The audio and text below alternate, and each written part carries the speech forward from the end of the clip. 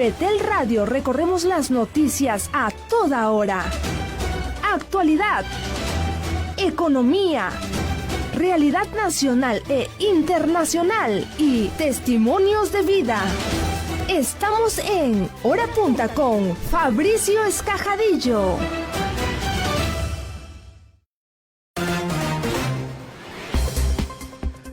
¿Qué tal? ¿Cómo están? Bienvenidos, el Señor los bendiga y por supuesto es una bendición, por decirlo más así, en sentido más positivo, estar aquí, reemplazando en esta oportunidad a nuestro gran amigo y hermano Fabricio Escajadillo. Estamos en Hora Punta, hoy viernes 1 de noviembre del año 2024 y por supuesto estamos en los 100.1 FM y 660 AM, transmitiendo las 24 horas porque Betel te acompaña. Te saluda Paul Jiménez y hoy vamos a conversar de varios temas de coyuntura, por supuesto. Vamos a analizar cómo está el panorama político, el panorama social y también el entorno y el ámbito internacional, porque a todos nos está pasando no solamente el tema de la inseguridad ciudadana, el tema de las decisiones, malas decisiones políticas que están teniendo muchas consecuencias dentro de la economía de nuestro Perú y también por la inacción de algunas autoridades, bueno, ciertamente este gobierno central que no está trabajando como se debe para resolver los principales problemas que atañen a nuestra sociedad. Nuestro país necesita cambios, necesita impulso, pero es necesario también analizar qué está ocurriendo para que usted pueda tener la mejor decisión. Y aquí en Betel Radio siempre informamos con esa veracidad, con esa objetividad que nos caracteriza. Y bueno, dentro de todo lo que viene ocurriendo esta mañana, digamos que estos días, la presidenta Dina Boluarte no asistió a la Comisión de Fiscalización del Parlamento porque se le citó por el tema del vehículo presidencial llamado cofre. Bueno, simplemente se excusó diciendo que mejor mándeme las preguntas porque no voy a decir más sobre el tema. Y también Vladimir Cerrón desde la clandestinidad. Es increíble que todavía siga, digamos, con mucha libertad, tanto para presentarse vía Zoom, para escribir, incluso ser entrevistado, y pues le ha dado fecha de caducidad al gobierno de Dina Boluarte. Y Dina respondió diciendo, bueno, ellos han dado alguna fecha, pero nosotros no les hacemos caso porque ellos ya no tienen presencia, es lo que ha contado ella. Vamos a analizar también más adelante el tema de las elecciones norteamericanas, porque ciertamente todo lo que ocurre en Norteamérica siempre tiene mucha influencia en nuestro país. Y bueno, vamos a comenzar el programa entrevistando a Enrique Valderrama. Él es analista político, militante aprista también, y por supuesto columnista del diario Expreso. Y bueno, te damos la bienvenida, Enrique, ¿cómo estás? Muchas gracias por la invitación, encantado de estar como siempre en Betel y un saludo afectuoso a toda su inmensa audiencia. Gracias, mira, el pueblo quiere saber, por ejemplo, y vamos a analizarlo abiertamente contigo, ¿por qué Dina Boluarte debería en principio quizás dar un paso al costado, quizás hacer algunas modificaciones en este gabinete? Uno de los más criticados es el ministro Santibáñez por el tema de la seguridad ciudadana, y se ha presentado ya una moción, un pedido que se está elaborando en el Congreso para que pueda ser vacada. Pero vamos con lo primero. Dina Boluarte, a tu entender, ¿debería dar un paso al costado? ¿Debería reflexionar sobre lo que está haciendo? Porque más se está enfrentando a la prensa, criticando las preguntas, pero no dando soluciones. ¿Qué piensas? Bueno, hay varias cosas ahí que es importante señalar. En principio, los errores de la presidenta Boluarte son errores reales, son errores gruesos, que afectan sin duda su percepción ante los ojos de la ciudadanía, y no solamente ella, sino el Parlamento de la República, ambos reducidos a un dígito de aprobación, producto evidentemente de su frivolidad o de poner sobre la discusión asuntos que no son los prioritarios, ni tomar decisiones sobre los temas prioritarios, como el tema de la seguridad ciudadana, por ejemplo. Hay que decir que esto es así y que no tiene nada que ver, ninguna responsabilidad, la prensa.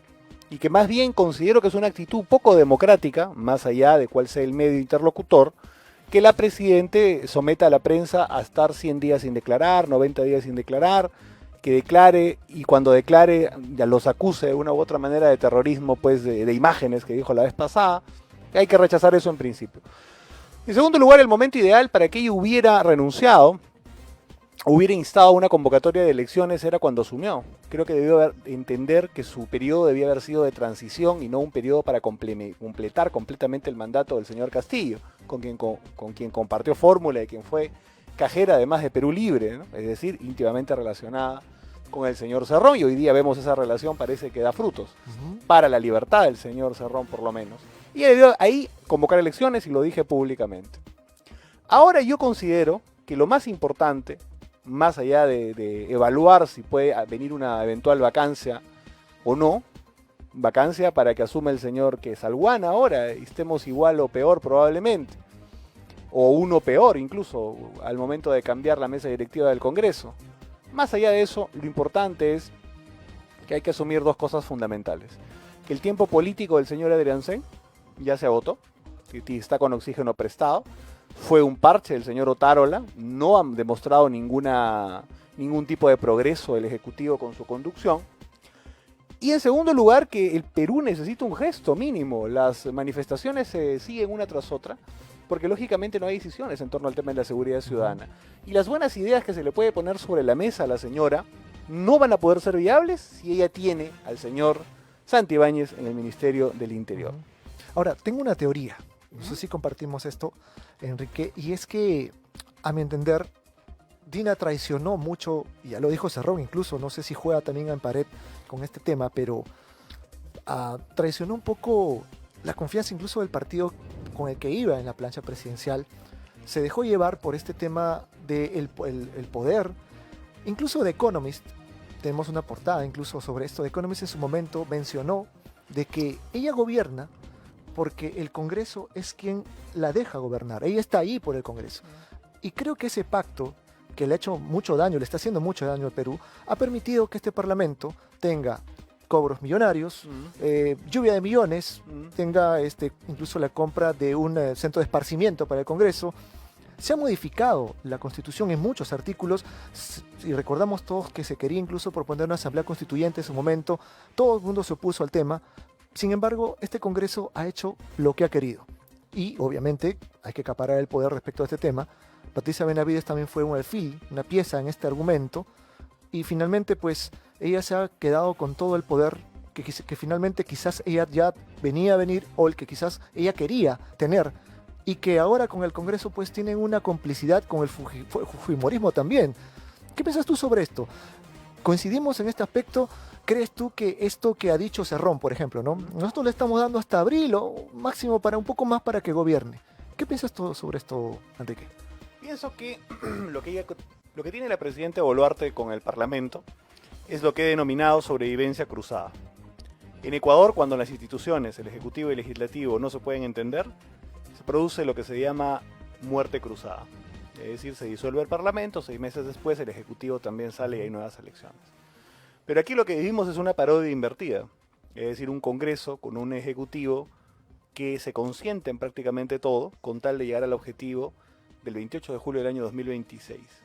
Creen ellos, pero lógicamente hay un escenario que no han previsto, o alguna parte de ellos no ha previsto, y es que el escenario electoral cada vez se va a calentar más. Por lo tanto, sostener a un régimen absolutamente tan ineficiente, tan poco empático, tan poco político como el de la señora Boluarte, va a empezar a pesar mucho. No te sorprendas tú que el señor Acuña y la señora Keiko, que fundamentalmente son quienes sostienen a Boluarte, incluso en el peor momento, han votado porque ella salga de viaje, ojo, no salió de viaje por las otras bancadas, pero Acuña y Keiko, con su respectiva gente en el Congreso, votaron porque ella pueda viajar. Ellos tienen aspiraciones electorales, por lo tanto no creo que vayan a estar con Boluarte hasta el final. Yo sí considero que es un escenario bastante posible que en agosto empecemos a hablar de la posibilidad de una vacancia, digamos, de una manera fuerte. Si el gobierno se sigue desmoronando, como también es posible, cometiendo errores en este tema de la seguridad tan gruesos como los que comete, de repente el tema puede precipitarse y podemos empezar a discutir el tema de la vacancia desde antes. Por ejemplo, hay algo importante. Hablaste el tema de la empatía. Sabemos que el grupo gremios de transportistas vienen siendo atacados, ya varios conductores asesinados, pasajeros heridos incluso. De acuerdo. Pero asesinados. El mensaje del gobierno ha sido, bueno, no, lo que pasa es que hay grupos izquierdistas, el comunismo está metido ahí. Pienso yo que lo ideal hubiera sido, no sé si concordamos en esto, decir, bueno, como gobierno, apoyamos a estos trabajadores que se ganan el pan día a día y estamos en contra de esta violencia y, bueno, de alguna forma, sentémonos a conversar. ¿Qué solución le planteamos? Pero no, el mensaje ha sido, estos son comunistas, están amparados por ideologías políticas, quieren la vacancia, quieren tumbarse del tema, incluso ya se amenazó o ya se anunció incluso este paro para las fechas de APEC, 3 días, por parte de Secotransportes. ¿Qué piensas tú sobre esto? ¿Le falta más tino político? ¿Los asesores no están pensando en el pueblo? ¿Qué está pasando en esto? Sucede algo muy recurrente con el gobierno de Boluarte, y es que frente a las grandes crisis que tienen que ver con los temas sociales, no saben reaccionar. Lo ocurrido en el sur andino al inicio del gobierno, más allá de que hayan podido ser agitadores o lo que tú quieras, o gente que rompió los márgenes de la ley, nunca el gobierno ha tenido un interés real, claro, de aclarar lo que pasó con las 50 muertes, por ejemplo, que ocurrieron en el sur andino, menos de invertir socialmente en el sur. Ahí ya tienes una primera imagen. Y ahora todo pues parece reducirse a comunistas, y yo creo que es un gran error de la democracia pensar que todo el movimiento social o popular está representado por comunistas. Creo que hay una visión un poco miope de parte de sectores de la derecha que consideran eso. Lógicamente no podemos negar que existen dirigentes o líderes de este movimiento, pseudo líderes o gente que se monta sobre esto, que tienen pues definitivamente unas orientaciones diferentes. Es decir, la solución necesaria para el tema de la inseguridad no pasa por obligatoriamente una vacancia, que es lo que han declarado algunos de ellos. Ni obviamente me parece justo decir que o la señora sale del poder o no vamos a permitir que se realice APEC. Creo que es una cosa que excede y que no le hace bien incluso a la misma protesta, al movimiento popular.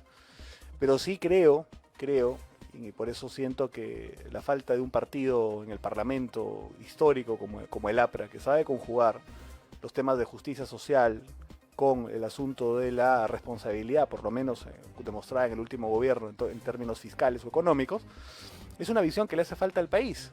Yo creo que había que haber apoyado sin duda la manifestación por seguridad ciudadana de parte de los transportistas y más bien aislar a todos los elementos radicales que, como en toda protesta popular, siempre aparecen. No es solamente en esa, en absolutamente todas. Pero decir que no pasa nada, que no hay ningún problema, es reeditar lo que lamentablemente nos pasó en la segunda vuelta del año 2021. En la segunda vuelta del año 2021 tuvimos prácticamente el escenario absolutamente radical de un candidato que decía que había que prácticamente refundarlo todo con constitución incluida para generar un paraíso de justicia social, es decir, hay que cambiarlo todo, hay que quemar todo para volver a hacerlo. Y la otra candidata que nos decía que todo estaba bien, que no hay que cambiar nada.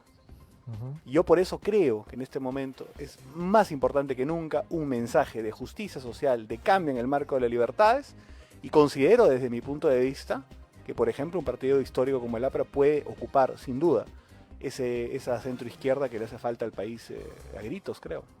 Y en ese sentido, ya que comentas sobre el APRA, ¿cómo entiende la justicia social entonces el partido al que tú eres militante además? Pero antes de eso quiero comentar también de que ya se ha anunciado que varias regiones del Perú, entre ellas Puno, están Junín y otras, se están sumando al paro que ya viene sucediendo en La Libertad debido a la ola de inseguridad ciudadana. Pero Adriancén, nuestro premier, que como tú lo has dicho, parece que ya está un poco caduco, ¿no? Parece que ya necesita un refresco porque el tipo es bastante duro y no muy humano, por decirlo así, o muy atinado en sus comentarios.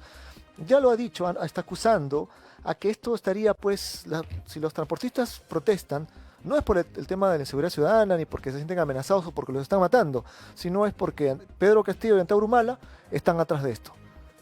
Es una versión absolutamente torpe y reduccionista de las cosas. Yo creo que el señor Antauro en realidad no tiene una capacidad de movilización tan grande como algunos piensan. Creo que hay un reclamo justo de parte de transportistas que lamentablemente ven cómo son extorsionados, sus unidades incendiadas, o cómo asaltan en pleno ejercicio, digamos, del servicio y hasta matan pasajeros, no solamente los conductores. Por lo tanto, creo que es una medida justa y en lugar de pensar cómo hacemos un plan de emergencia rápido en términos de seguridad ciudadana, el señor tiene que acusar a otros de lo que está sucediendo. Es como la misma presidente Boluarte. La culpa no es de ella, la culpa es de la prensa, la culpa es de los demás, la culpa es de Pedro Castillo, ¿qué tendrá que ver en conspiradores, esto? Pedro Castillo, ¿qué tendrá yo que hasta ver? donde sé, pues está recluido, ¿no? Yo también, todos sabemos ello, ¿no? Pero volviendo a lo que te pregunté sobre el APRA, ¿no? Ujú. ¿Y qué ideas tienes sobre ese tema de acción social o esa justicia social que tanto, pues, quizás Aya de la Torre también predicaba, luego Alan García también, ¿no? Un líder que ustedes han tenido a bien de tener, vale decir, de alguna u otra forma, Alan significó mucho para los apristas, ¿no? Sobre todo para el Perú en los gobiernos que le tocó tenerlo como presidente en el Perú. ¿Qué acciones en tema de justicia social tiene ahora el APRA en esta nueva modernidad, con estos nuevos argumentos, con estos nuevos movimientos sociales? Porque el APRA que dejó Alan García no es el mismo por todo lo que ha venido ocurriendo, pero se ha modificado, ha cambiado. ¿Cómo están pensando ustedes ahí? En el mundo han ocurrido cambios muy importantes y han habido retrocesos incluso también muy importantes. Y creemos nosotros necesario ratificar que el APRA es un movimiento. El Partido Aprista es un partido que cree en la justicia social. Y esto significa el hecho lógico de que no creemos que el mercado por la sola acción va a solucionar absolutamente todos los problemas. Que es importante y es un elemento fundamental para la reducción de la pobreza, es cierto y está comprobado. Y fue utilizado en esa medida en el segundo gobierno. Pero creemos importante ahora enfocarnos en sectores productivos populares que han sido descuidados en los últimos 10 años y reclamos ciudadanos que han sido descuidados en los últimos 13 años, digamos. En principio creo fundamental dirigir el mensaje para la formalización de las MIPES en el país, con un enfoque empático, popular, con un periodo de gracia importante y sobre todo instaurar un gran reactiva para ellos, para la microempresa y también para los 2.2 millones de pequeños productores del campo. El mensaje del APRA va a ir fundamentalmente para las 10 millones de emprendedores en el Perú, para los 7 millones relacionados con el tema agrícola pequeño en el país, para el millón de personas que están alrededor de la familia policial y militar, que no tienen protección actualmente, que no tienen buena atención en salud, que no tienen buenas pensiones. El mensaje del partido va a estar vinculado sin duda a las 100.000 familias relacionadas con la pesca artesanal, por ejemplo, que sufren lógicamente incluso el hecho de que barcos factoría y otras banderas depreden parte del mar, por ejemplo. El mensaje del APRA va a ir también respecto a frenar los abusos del crédito financiero más caro del continente, del esquema previsional, uno de los esquemas previsionales más injustos. Y además estamos abiertamente en contra de la reforma previsional que ha impulsado el fujimorismo, que en realidad no ha solucionado absolutamente nada. La edad computable para la pensión sigue siendo la misma y el riesgo no se comparte entre la AFP y sin duda el ciudadano. Y dime algo, Enrique. ¿Quién es el potencial candidato del APRA ahora, teniendo en cuenta la coyuntura y esa frase, ¿no? El APRA nunca muere, pero ¿quién representaría en las elecciones en una eventual? Van a haber elecciones internas. Yo estimo que se van a presentar varios precandidatos y dentro de eso el partido escogerá a alguien. ¿Mulder estará ahí? ¿Carla García de repente? Hasta donde sé, Mauricio no ha manifestado su interés de ser precandidato presidencial, o no recuerdo, por lo menos las 2 entrevistas o 3 que he visto él últimamente no ha ido en esa línea.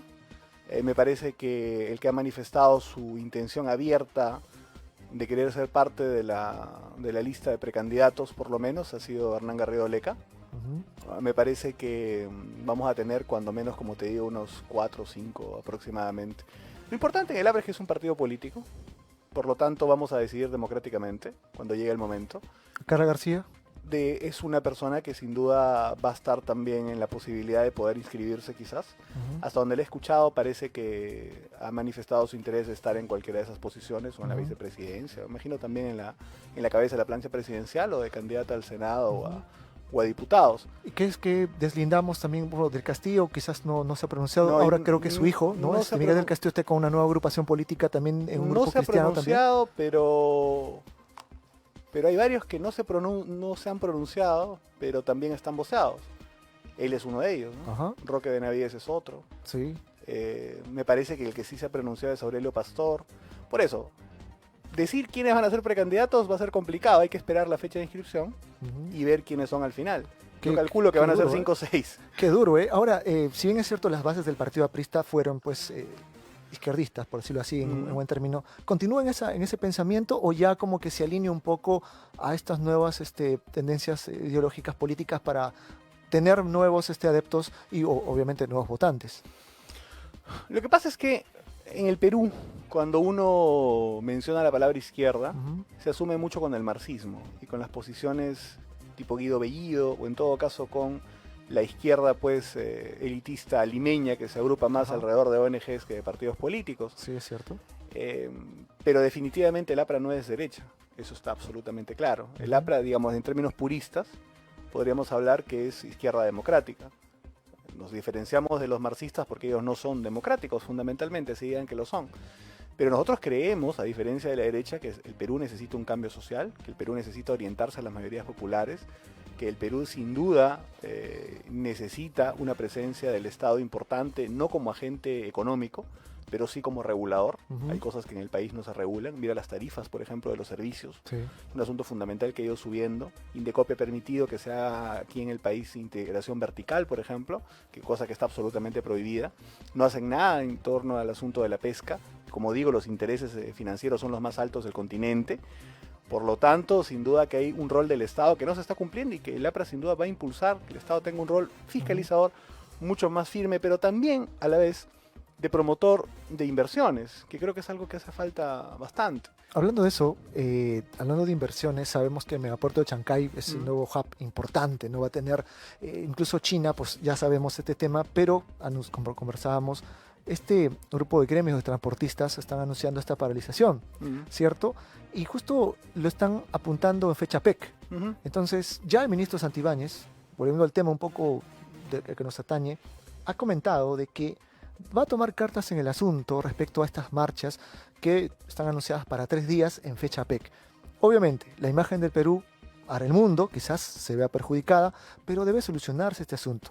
Pero te pregunto dos cosas. La primera, ¿crees que algunas bancadas, incluso el Parlamento, ha mencionado que no es el tiempo todavía, sino hasta después de la PEC, de reformular el gabinete?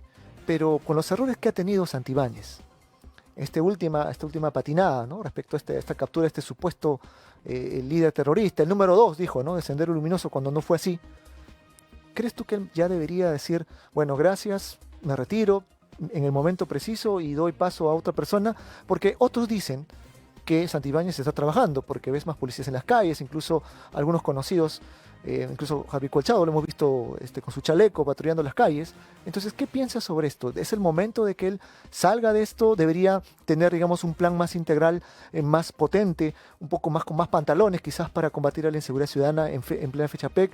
¿Pelearse con los gremios de transportistas? ¿Qué piensas sobre eso? Creo que su torpeza está llegando a niveles muy, muy grandes. Creo que el ministro Santibáñez, si tuviera un poco de decencia, debería renunciar. No la tiene, o parece que no la tiene, y la presidenta debería tener el tino de removerlo del cargo.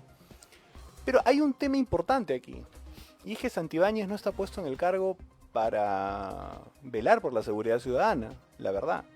Yo considero que Santibáñez está cumpliendo encargos de la presidenta de otra naturaleza, con relación a un tipo de influencia sobre determinados sectores policiales. Es la verdad, yo tengo una gran, inmensa crítica, señalamiento incluso muy duro sobre Harvey Colchado, por toda la polémica que lo rodea y evidentemente por los hechos ocurridos en el tema de Alan García. Pero reconozco además que la presidenta tiene sus motivaciones personales alrededor del tema de cierto control sobre la DIVIAC o evidentemente sobre algunos esquemas policiales. Por lo tanto, más allá que sea con justicia o no, el cambio de operativo que ha tenido Harvey Colchado, yo creo que deberían haberle dado de baja. Hay que decir que el señor Santibáñez está ahí para cumplir órdenes de baja policía de Boluarte. No está para la seguridad ciudadana. Por lo tanto, la presidenta tampoco va a tener el tino de removerlo. Por lo tanto, lo que tenemos que exigir, creo, desde la sociedad civil, partidos políticos fuera del Parlamento, etcétera, los comunicadores que crean en este análisis, es que el Congreso sea el que lo censure. Porque si Santibáñez sigue, como sigue Vázquez de Salud a pesar de su gestión desastrosa, es porque hay un Parlamento que no lo censura. Ese es el problema de fondo. Hay que exigirle al Parlamento que censure a este ministro del Interior, y estoy de acuerdo que no debería estar un día más, es decir, no debería llegar a PEC tampoco, lógicamente. Entonces, por ejemplo, en caso de que la presidenta defenestre a Juan Santibáñez, perdón, ¿qué piezas útiles resultarían convenientes? Porque obviamente se trata de un juego de ajedrez político. Sabemos, obviamente, de que quizás este ministro protege a Cerrón, por eso que tú lo graficas así. Sirve a propósitos como encargos de mandato, él ha dicho incluso todo Yo vale creo con que tal de también gobernar, de ¿no? investigación sobre la presidenta. Y también, obviamente, sobre el grupo especial de la DIVIAC, ¿no es cierto? Ujú. Tiene esos dos pesos a su control. Exacto. Y también sabemos que la presidenta quiere liderar la reforma de justicia. Qué peligroso sobre esto.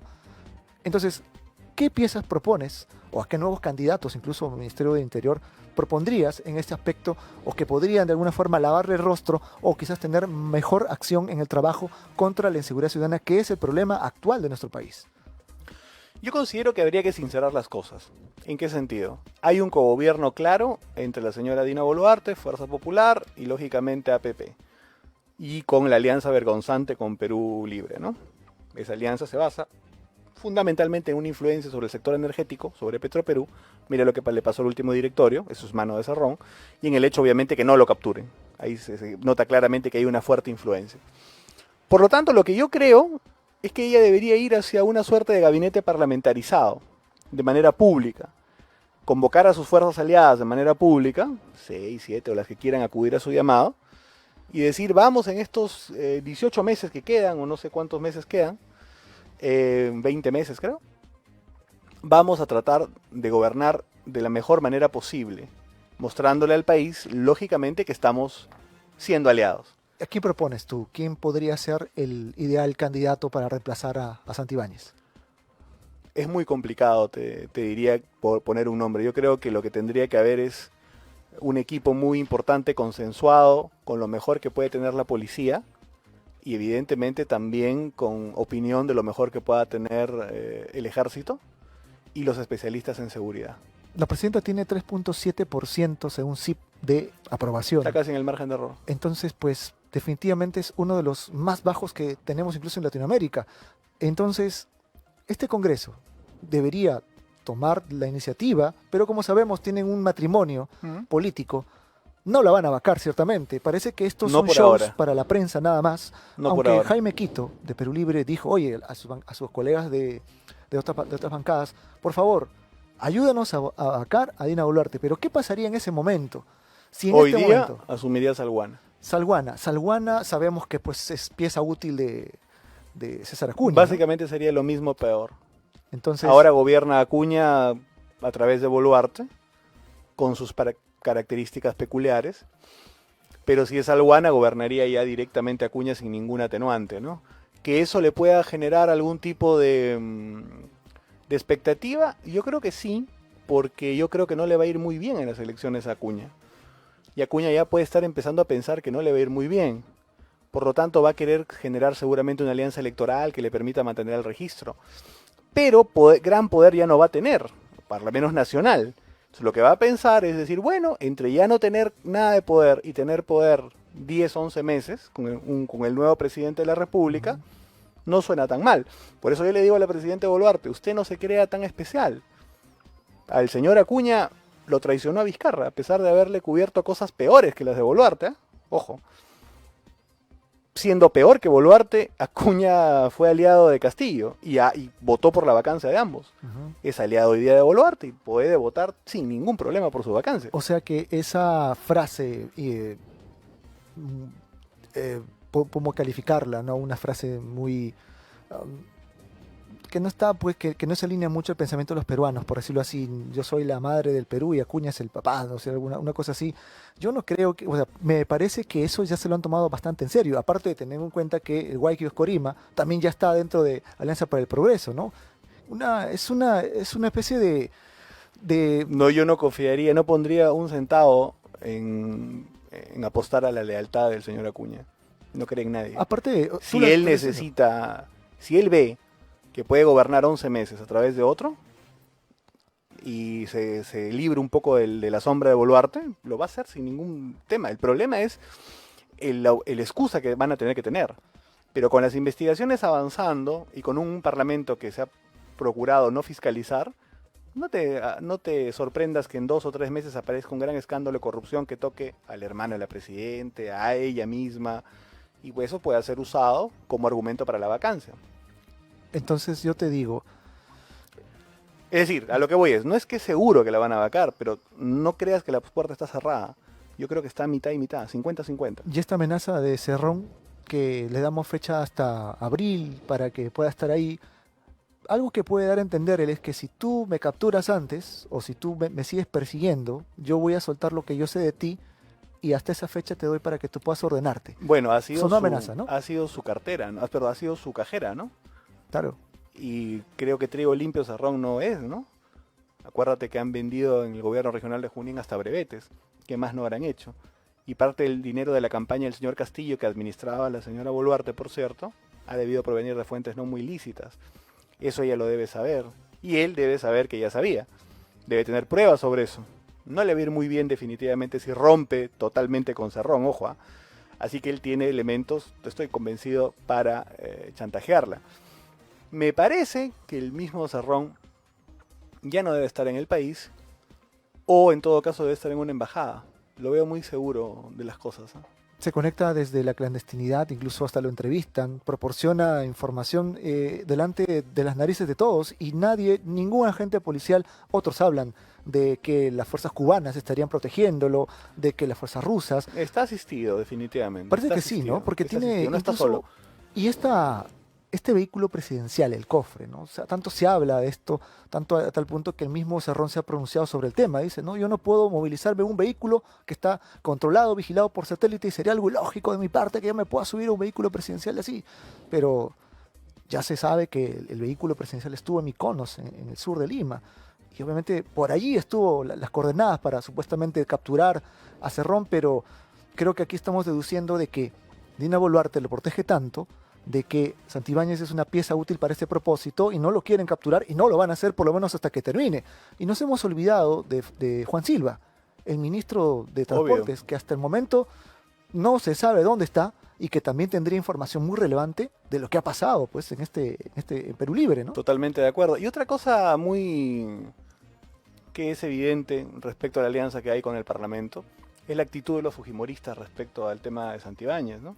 Es increíble, Vamos a ¿no? creerle los 60 días, a ver si así muestra algunos resultados, vamos a ser pacientes. Es increíble que el Fujimorismo hable así, ¿no? Yo creo que es una actitud bastante complaciente, cómplice, y que eso les va a afectar electoralmente. Pero ya Alberto Fujimori, que en paz descanse, dijo, ¿no? Nosotros hemos decidido que Dina Boluarte continúe con su gobierno, o sea, o termine el gobierno. Entonces, si ya lo anunció así, abiertamente, a Vox Populi, entonces, pues, yo creo que no la van a vacar finalmente y van a dejarla gobernar porque ciertamente Dina Boluarte está permitiendo muchas goyorías en este Parlamento que en nuestras narices, y todos lo sabemos, han permitido muchas modificaciones a la Constitución y también si nosotros votamos cuando por el tema de la no reelección, por el tema de la bicameralidad, ahora lo tenemos puesto en nuestros ojos, ¿no? Hay una cosa que quiero decir. Algunos parlamentarios están pensando presentar algunos proyectos en donde puedan haber pues 180 diputados, 90 senadores.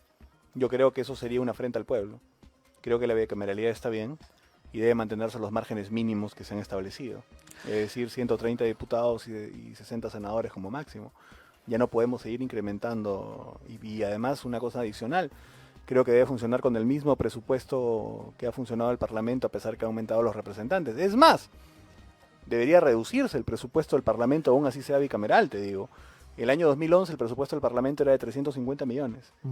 Y ahora el presupuesto es de 1.100 millones, más o menos. ¿Para qué necesitan tanto dinero? Incluso ahora el congresista Américo Gonza ha propuesto que los trabajadores del Parlamento tengan un aumento significativo. Y no hay que olvidar que Gonza es trabajador en licencia del Parlamento. Entonces están preparando leyes para que cuando regresen de las licencias ellos continúen y sigan siendo millonarios. Por eso te digo, es terrible lo que está haciendo este Parlamento, es uno de los peores que yo recuerdo, quizás es el peor, sin Creo duda. que todos estos parlamentos de Vizcarra han sido cada vez, no tiene El punto nivel de comparación. degradación ha ido avanzando. Es una degradación y podredumbre totalmente, pero volviendo al tema de Santibáñez con Cerrón, y hablábamos acerca de que esta pantalla que se hace solamente de show mediático, ¿no? Cerrón ha calificado pues de show mediático esto, incluso le ha dicho, ¿no?, que es un figuretti, le ha respondido el propio Vladimir Cerrón a Santibáñez por estos temas. ¿Qué piensas? ¿Por qué se da tanta libertad y maña de poder tuitear, escribir, criticar, hablarse, entrevistado? ¿Por qué están en qué cosa quiere dar a entender a tu criterio? Pienso yo que él quiere jugar a doble cachete, como se dice, con el doble filo de que yo no soy tu amigo, pero a la vez soy tu amigo, te advierto, pero no te advierto, pero con tal que no me captures. ¿Qué piensas tú sobre eso? Pienso que el acuerdo de fondo es diferente. Es decir, más allá de lo que él muestra, él tiene un pacto con Boluarte, sin duda. Parte de ese pacto, además de la no captura, lógicamente, está la influencia sobre el sector energético, sobre Petroperú fundamentalmente. Y lo que hace con los demás es simplemente un show, ¿no? De parte de él. Él sabe que es un show. Yo no sé si Santibáñez sepa que es un show o no. Santibáñez debe tener solamente la directiva de no capturarlo, punto. No creo que tenga conversación directa con él. Pero ya... Como son tan torpes, imagino que hasta puede ser. Pero en principio te diría que Santibáñez debe tener la directiva simplemente de no capturarlo, y el otro juega porque él sabe que su arreglo es simplemente con Boluarte, ¿no? Bueno, él ha dicho en un audio que grabó Culebra, ¿no? Dijo, para subir al poder todo vale, ¿no? Entonces, bueno, es una perspectiva bastante usada en la historia, ¿no? Y yo creo que él ¿buscará ser es presidente de repente? fiel seguidor de eso. ¿Buscará ser presidente? ¿Buscará candidatear al Congreso? ¿De repente quizás sea senador? ¿Qué piensas tú? Yo creo que si él logra la habilitación, es decir, si logra revocar su condena, yo creo que él va a ser candidato a la presidencia. Si es que logra revocar su tema. Yo no creo que logre revocar su ¿Habrán condena. algunas cosas buenas que ha hecho este ministro realmente? Vemos, Ninguna. por ejemplo, Amanecer Seguro, vemos Retorno Seguro, algunos operativos, capturas. ¿Crees que eso debería desmerecer un poco lo que está haciendo? Quizás hablando un poquito, sacándole algo que le podamos tomar Nada de fondo, nada de fondo. Nada de fondo. No ha presentado ningún plan concreto de nada. No ha creado una unidad especial de inteligencia con lo mejor de la policía, con autonomía, con recursos, etcétera, similar a lo que fue el GEIN, pero ahora para criminalidad transnacional. No lo ha hecho. No integra los esfuerzos del mundo privado al tema de la seguridad ciudadana. No impulsa el hecho de que los serenazgos puedan ser, aunque no es su función, pero él podría dar una declaración en ese sentido. No ayuda a que las cosas se estabilicen alrededor de Fiscalía, Poder Judicial, junto con la policía. El problema te voy a decir una cosa, el problema de la policía con la fiscalía es fundamentalmente un tema de liderazgo. Sí, hay un tema normativo, lógicamente, pero cuando hay un líder que dice las cosas son así, van por este lado, las instituciones de una u otra manera caminan. Pero como nadie dice nada, todo el mundo agarra su parcela y se atrinchera y se matan entre ellos. Y creo que eso es parte de la falta de liderazgo de este ministro y de la presidenta de la República. Por lo tanto, yo no veo ni una sola decisión que podamos decir sí. Los estados de emergencia han venido antes de él y seguirán después de él, y no son la solución tampoco del todo. Ayudan a determinadas zonas cuando se aplican en esos lugares, pero la criminalidad como un cardumen se desplaza. Tú pones el foco, la luz, los efectivos y todo en San Agustín, se pueden mover al RIMAC, se van a otro lado. No es un punto, el tema es la desarticulación de las bandas con la captura de los cabecillas. Ese es el tema. Este tema de la ley de crimen organizado que más se ha hecho para de alguna forma blindar a Cerrón, a Fujimori y otros cuestionados políticos no obedece a este fin. Y mira, pienso que tú escribiste una columna hace un momento cuando empezamos esta conversación, hablaba sobre el tema de la pesca, ¿no? Quizás un poco que cambiando un poco esto, claro, hace un par de semanas. Saliendo un poco, leímos un artículo tuyo referido a este tema de la pesca artesanal, ¿no? Y me parece que ya hemos estado viendo los problemas que tienen los pescadores en el norte con la falta de pota, la pota sobre más de 10 veces el precio natural o normal que se maneja en los mercados, pero ¿crees tú que China está aprovechando inteligentemente o abusivamente digamos, esta entrada que el Perú le ha dado para poder depredar nuestros mares, teniendo en cuenta que incluso hasta la Armada Argentina ha tenido a bien de incluso enfrentarse y bajarse a algunos buques de pesca o de carga chinos porque estaban invadiendo su espacio marítimo? ¿Crees que el Perú debería tener, digamos, la misma actitud para poder, oye, estás depredando nuestros recursos, estás invadiendo las 200 millas? ¿Qué piensas sobre este tema? En principio, mi solidaridad definitivamente con los pescadores artesanales. Estuve reunido en el desembarcadero Morrosama, conversando con algunos. Voy a estar en San Andrés, en Pisco, y evidentemente también en Sechura, en otros lugares. Estamos construyendo lo que hemos denominado la agenda social. Queremos, sin lugar a dudas, presentar una alternativa de renovación para el APRA, con una juventud importante liderando las cosas. Y sin duda hay algunas cuestiones fundamentales que tienen que ver con las ideas básicas de Ella de la Torre. ¿Cuáles son las ideas básicas? Fundamentalmente, justicia social y el antiimperialismo. Algunos piensan que el imperialismo hoy día no existe, pero cuando vemos Rusia y Ucrania, cuando vemos lo del estrecho de Taiwán, cuando vemos los intereses detrás de Medio Oriente, es claro que todavía existen actitudes imperiales. Y frente a eso, nosotros tenemos que recordar a Aya de la Torre, saber negociar con el capital. Bienvenida la inversión china, creo que el puerto de Chancay es fundamental. Me dicen que Estados Unidos está interesado en el tema de Corío, bienvenidos sean y que inviertan en Corío y que hagamos otro gran megapuerto. Ojalá que haya la producción suficiente para tener 2 grandes megapuertos o 3 puertos importantes, incluyendo el Callao. Me dicen que va a ser muy importante en los próximos años la base aeroespacial que están haciendo en Piura, por ejemplo. Esos son norteamericanos. Bien, muy bien. Creo que toda inversión es importante y fundamental y hay que recibirla, pero hay que saber tratar con los capitales. Y creo que en eso el Perú tiene una tarea pendiente de hace muchos años. Creo que durante el gobierno del APRA se hizo bien, pero vemos que Humala pues prácticamente se arrodilló frente a los brasileños en el sector construcción. Y cualquier abuso de cualquier bandera alrededor de ingresos de capitales o de actitudes imperialistas tiene que ser combatida. Y sin duda, si existen las evidencias naturales de que barcos factoría invaden las 200 millas del territorio marítimo del Perú, se tiene que tomar cartas en el asunto, sean chinas, sean rusas. Recuerda que se denunciaba mucho este tema de depredación, no sé si tú lo has investigado, durante el gobierno de Velasco alrededor de la Unión Soviética, por ejemplo, con barcos factoría también.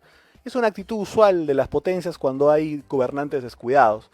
Yo creo que la administración china en general la oficialidad, digo, porque muchos de estos pueden ser piratas, la oficialidad ha demostrado tener un interés de llevarse bien con el Perú, y el Perú creo que tiene que estar a la altura de abrir las puertas, pero lógicamente señalando también dónde pueden existir abusos y no permitiéndolos. Creo que eso es algo fundamental, ¿no? Ya sea, como digo, chino o de cualquier otra nacionalidad, ¿no? Entonces deberían, digamos, apelar más al peruano, que es finalmente quien vive de la pesca. Por supuesto, claro que y sí. Además, ¿te parece? Y esto más allá del tema chino, lo que fuese, de las extranjeras, el pescador artesanal está abandonado a su suerte respecto a los medianos y a los grandes, nacionales te digo. Sí.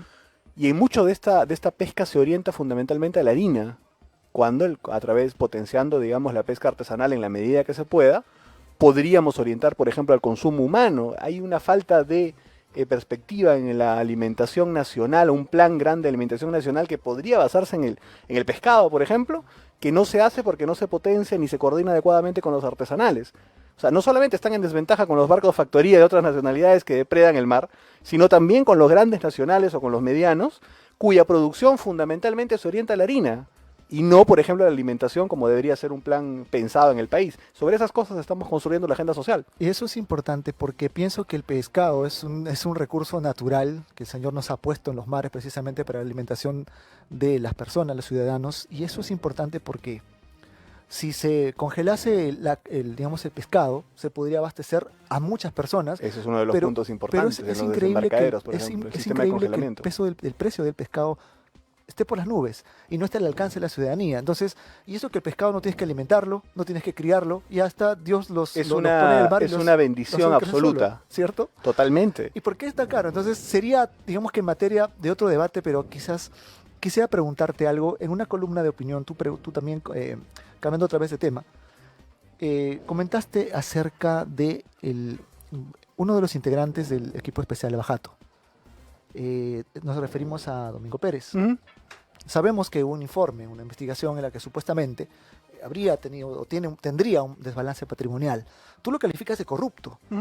¿Te ratificas en eso y por qué justificas este artículo? No solamente este artículo? Y no solamente eso. Mira. ¿Es una ojeriza respecto a Alan García quizás por ahí o cuál es tu argumento? No, lógicamente no me cae bien por el tema de Alan García.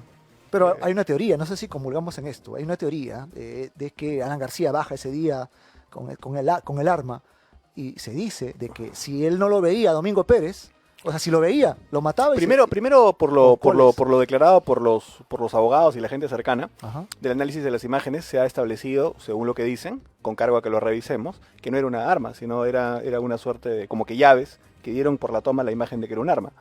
Segundo, yo no creo que Alan, que quería estar en la historia, se hubiera manchado su página en la historia matando a una persona que no valía la pena, ¿no?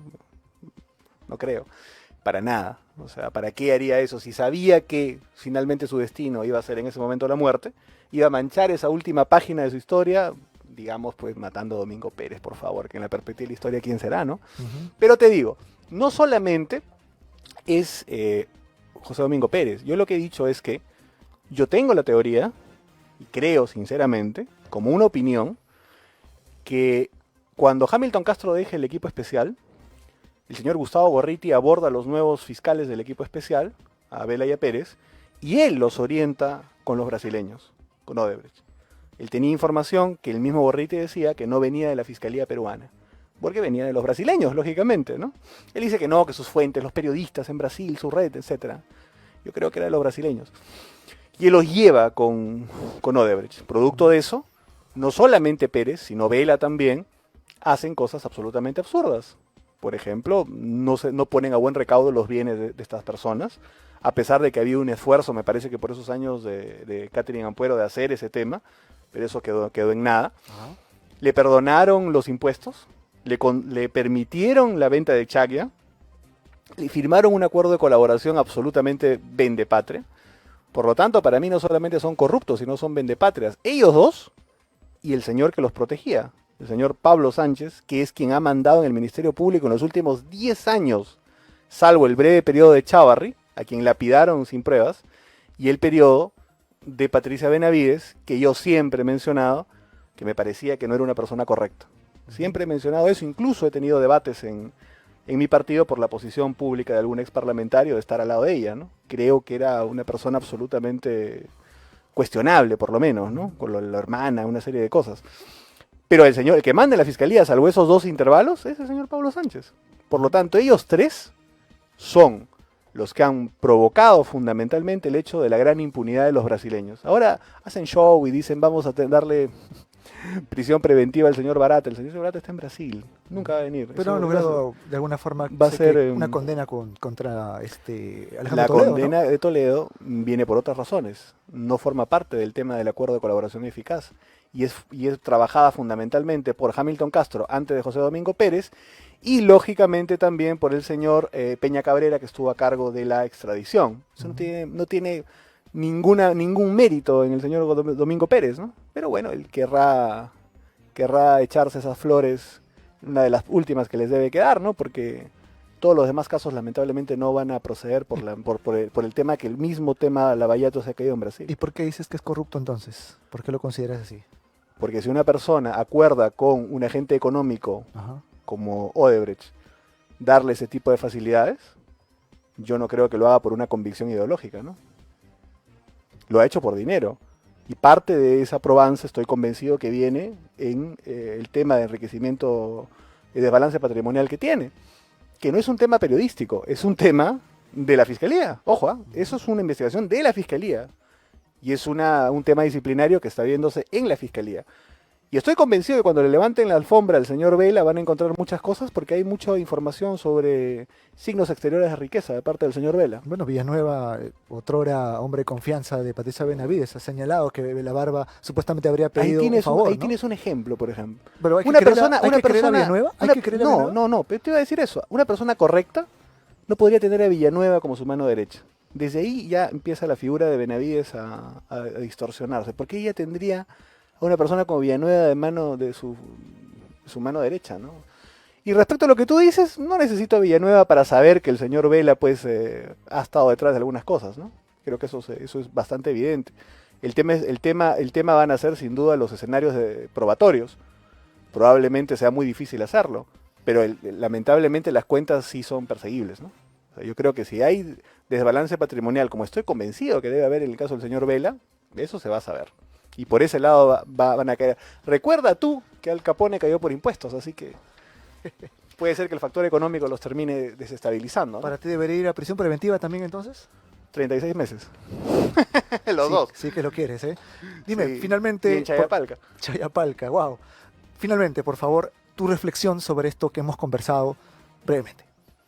Bueno, yo considero que el gobierno necesita sin duda tomar nota del gran descontento ciudadano en el tema de la seguridad ciudadana y debería remover al ministro del Interior, quien ha demostrado que no tiene la decencia necesaria para renunciar.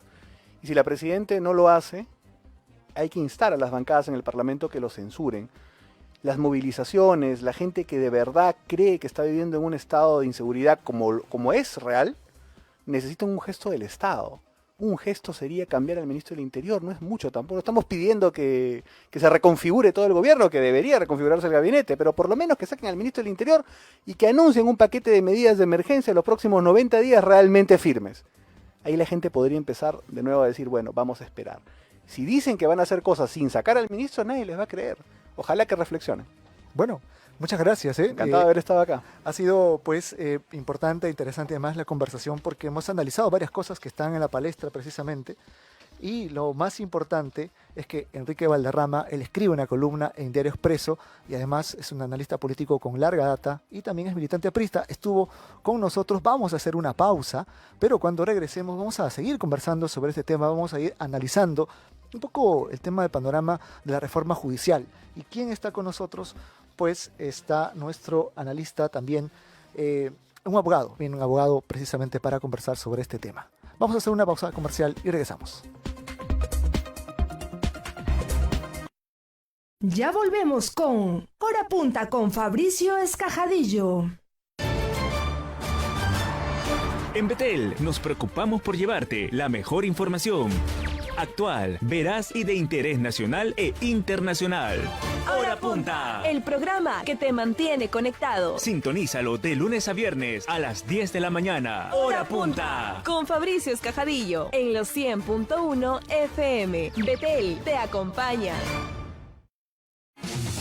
Visita el templo del Movimiento Misionero Mundial en Cooperativa Andahuaylas, Girón Aymaras Manzana F2, lote 16, Cooperativa Andahuaylas. De martes a domingo, 6:30 de la tarde. Servicio dominical, 11 de la mañana. Ven con toda tu familia y recibe la bendición de Dios. La bendición de Dios. Enfoque Israel. Un programa producido por el movimiento internacional Marcha de la Vida. Nos trae todos los hechos y acontecimientos de la historia y los sucesos actuales en torno a la Tierra Santa. Israel, nación escogida por Dios. Sintoniza Betel Radio. Todos los sábados a las 3 de la tarde en los 100.1 FM y los 660 AM.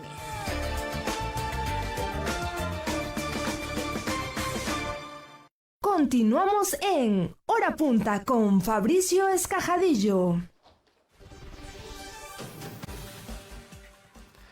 ¿Qué tal? ¿Cómo están? Gracias por la espera. Estamos nuevamente aquí en Hora Punta, viernes 1 de noviembre del año 2024.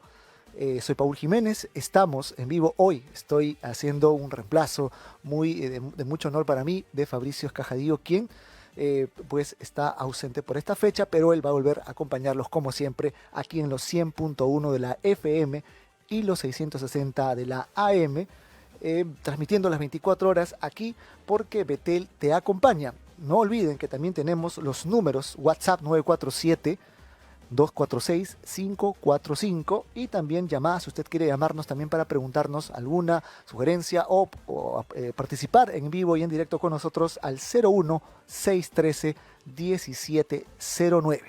En el primer bloque conversábamos sobre, un poco analizando el tema del ministro Santibáñez, el tema de la presidenta Dina Boluarte, debería ser vacada, debería renunciar el ministro Santibáñez y otros temas de coyuntura. Sin embargo, ahora vamos en esta segunda parte de nuestro programa a conversar con Javier Aguirre, su connotado abogado penalista y además docente en Derecho Penal, ya un hombre de larga data y una experiencia notable también en el ámbito del derecho. Y ha salido una información referida al expresidente Martín Vizcarra que, según la Fiscalía, un exministro de su gobierno, el ministro Hernández, habría de alguna forma dado información de que Martín Vizcarra habría recibido importantes sumas de corrupción por la construcción de hospitales en Moquegua cuando Martín Vizcarra fue gobernador regional. Pero vamos a transmitirle la pregunta a Javier Aguirre, quien está en nuestros estudios. Gracias por estar acá, bienvenido a Betel Radio. ¿Qué piensas sobre esta situación? ¿Un ministro o un testigo o una persona cercana a un expresidente puede dar este tipo de detalles? ¿Qué requisitos necesita para poder dar ese testimonio? Y si esto es tan cierto como se ha publicado. Ante todo, muy buenas tardes, señor Paul Jaime Jiménez. Gracias por la invitación y a sus órdenes. Contesto su pregunta.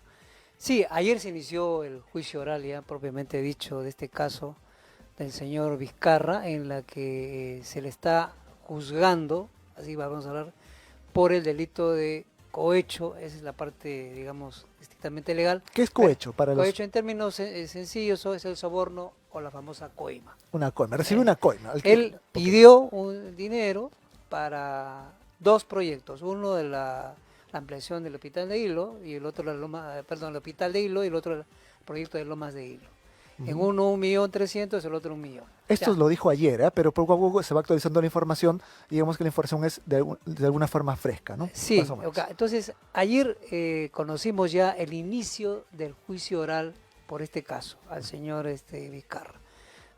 Y en realidad la Fiscalía tiene un caso, desde el principio tenía un caso fuerte, porque recordemos a su audiencia que este hecho justamente fue el hecho que motivó la vacancia del señor Vizcarra en el año 2020, en septiembre de 2020, porque habían justamente el señor Hernández en el caso del Hospital de Hilo y el señor Tejada en el caso de Lomas de Hilo, habían señalado que este señor Vizcarra le había pedido dinero para facilitar la concesión de las licitaciones públicas.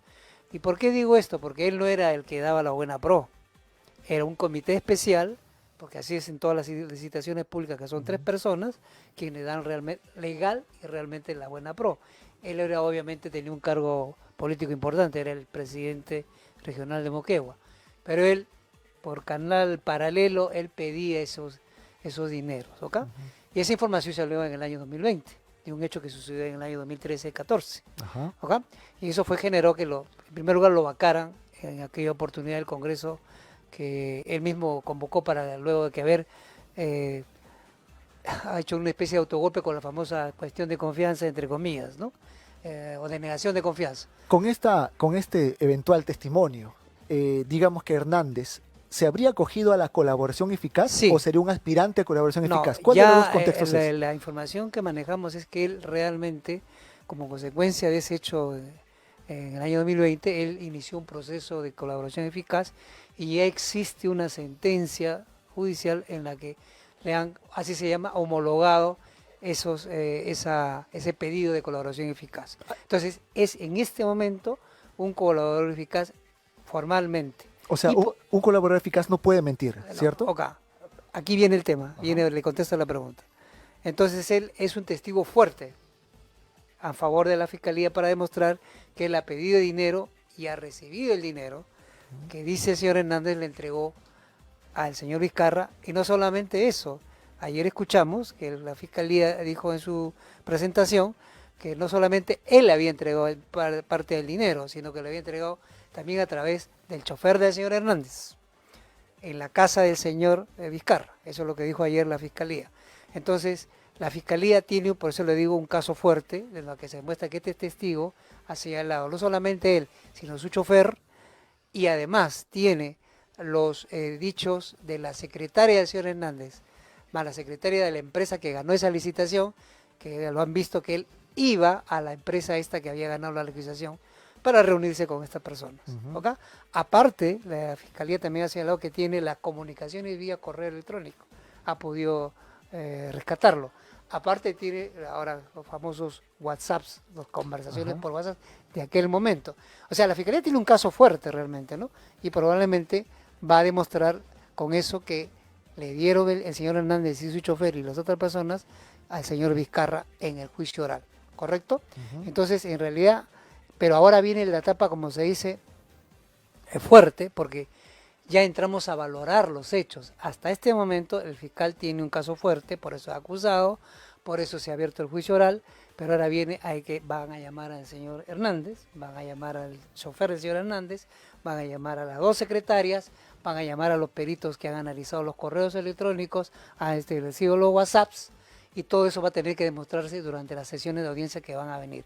Entonces, todo indica que la Fiscalía debería demostrar ante la sala que eso demuestra que él ha recibido, primero ha pedido el dinero y luego ha recibido el dinero.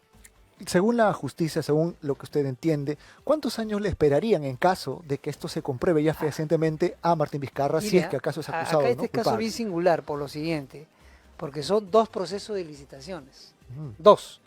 Uno, como el hospital, la ampliación, y el otro el proyecto que le llaman Lomo de Hilo. Entonces, 1,5 millones, 1 millón de soles, ¿correcto?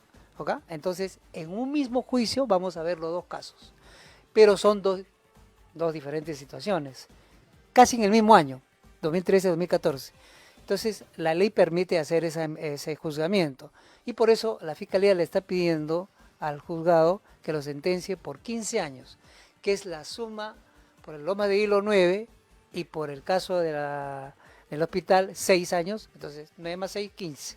Entonces le están pidiendo 15 años de prisión o de cárcel o pena privativa de libertad al señor Vizcarra, que esperemos la Fiscalía pues compruebe que esos hechos han sucedido. Ahora, es triste, ¿no? Es triste saber que autoridades que han tenido el control y que han de alguna forma manejado una región, un país, vienen siendo condenados o serían condenados también por el dinero, por el tema de la corrupción.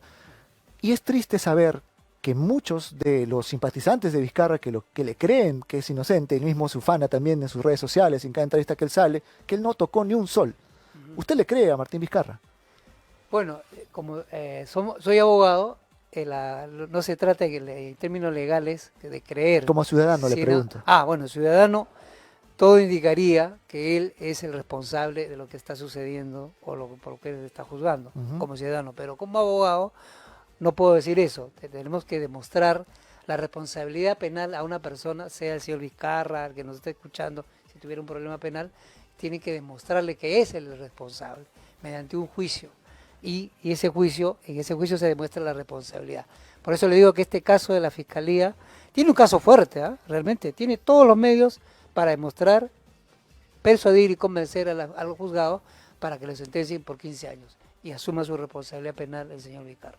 Eso sería algo triste, ¿no? Pero bueno, cambiando de tema, creo que estoy seguro que la justicia hará su trabajo y propondrá pues los mecanismos que dentro del marco legal permite la ley para que pueda pues de alguna forma pasar por los controles respectivos y también por el juzgamiento necesario en su momento, ¿no? Exacto. Ahora, Dina Boluarte, la Presidenta de la República, está liderando, de alguna forma está proponiendo reformar el sistema de justicia.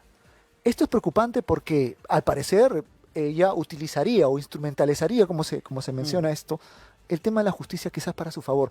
¿Por qué cree usted que Dina Boluarte pretende hacer esta reforma al sistema de justicia? ¿Qué cree que persigue en el fondo? A ver, aquí hay un antecedente. Estamos recordando a su audiencia. Este año o finales del año pasado, la Comisión de Justicia del Congreso ya tiene un proyecto de ley justamente de la reforma de la justicia, que la preside la señora, si no me equivoco el nombre, la señora Gladys Echaiz. ¿Okay? Ya ha propuesto una modificación ahora antes se llamaba la Academia de la Magistratura, ahora quiere que se llame la Escuela de la Magistratura. Y la señora Dina Boluarte, la actual presidente, obviamente asesorado entiendo yo por los asesoran, dice, si el Congreso ya está discutiendo un proyecto y que ya está aprobado en primera instancia, ¿no? No primera instancia, ¿cómo le llaman ellos? Primera parte, falta creo que en primera votación o primera votación, y ahora será una segunda votación porque es una ley de reforma prácticamente constitucional. Entonces la señora Dina, en mi criterio, está pensando que, si el Congreso ha hecho ese proyecto de reforma, yo también voy a presentar mi proyecto de reforma. Y como usted me está mencionando... ¿Qué persigue esto? Lo que persigue la señora, lo que he podido leer muy rápidamente su propuesta, lo que persigue ella es que, como se da cuenta que el Congreso le ha adelantado en la pretensión de manejar esta reforma, entonces ella dice, perfecto, muy bien, yo estoy de acuerdo, pero yo lo presido. Además, yo voy a nombrar a mi propio secretario técnico, ¿no? Para que justamente proponga las reformas de justicia en este caso.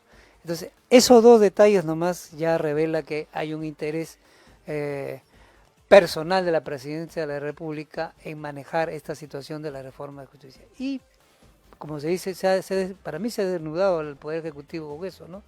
porque ¿cómo es eso de que el presidente de la República va a presidir una comisión de reforma de la justicia?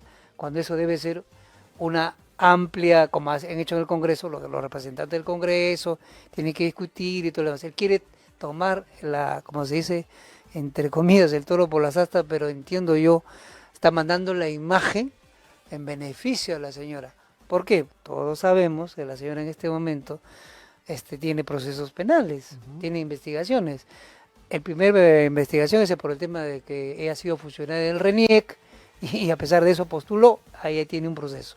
Luego cuando entra a la presidencia de la República, el tema que las manifestaciones terminaron con cuestiones violentas entre diciembre del 2022 y febrero del 2023, como 50 fallecidos, sus adversarios políticos le han dicho, usted es la responsable por comisión o por omisión de esas 60 y tantos, 50 muertes, así que usted tiene que responder. Eso en este momento está viéndose en la Fiscalía. Hablando de ese tema exactamente que está mencionando, doctor, ciertamente ni siquiera Otárola, el ex premier, respondió por estas muertes. ¿Y qué lo tumbó a él de su mando? Un escándalo con una señorita, ¿no? Pero no fue por este tema. Quizás Dina Boluarte está buscando blindarse. Exacto. Para que cuando termine el mandato, porque la Constitución dice que no se puede investigar un presidente cuando esté en ejercicio, ¿cierto? Pero sí se le puede... Después del 28 de julio de 2026. Sí, pero no se puede hacer más allá. Pero sabemos que ella sabe que saliendo va a ser una civil más, una ciudadana más. Exacto. Y va a tener que responder por esto. Entonces, está preparando ese camino, no solo para ella, sino también quizás para otros que vienen como Cerrón y otros personajes. Mire mire yo no sé qué le pasa a la señora Dina Boluarte, porque ¿cómo ella pretende presidir una comisión de reforma de la justicia cuando ella, a partir del 28 de julio del año 2026, si es que termina su periodo en esa fecha... Si es que Cerrón se lo permite también, ¿no? Por eso. Yo un poquito me salgo de la parte legal y voy a la parte... Ya me doy cuenta también, ¿no? ¿Cómo pretende la señora, ¿no es cierto?, manejar de esa manera tan...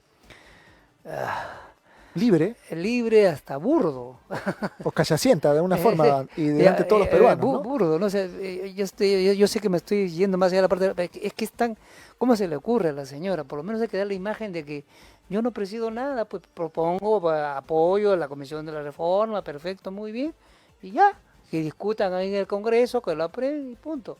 Lo que pasa es que la señora cree que a través de presidiendo esta comisión que reformaría en el sistema de justicia, ella puede poder nombrar a jueces y a fiscales que, entre comillas, podrían ayudarla a partir del 28 de julio del año 2026, porque como usted bien dice, va a responder legalmente y penalmente a partir del 28 de julio del año 2026. Entonces quiere una concentración de poder para poder blindarla cuando ella ya no esté al mando. Yo nombro a fiscales y jueces a medida que van a medir, que van a ver mis casos, y entonces yo de alguna manera me recuerdo, pero la verdad es que es bien, la palabra, no quiero ser ya más adjudicativos, es demasiado bochornoso, por no decir ya otra palabra, la pretensión de la presidencia de la República. Por ejemplo, se ha discutido mucho en ámbito ya de la criminalidad, la inseguridad ciudadana que campea en las calles, quizás está ganando terreno ya a la Policía Nacional incluso.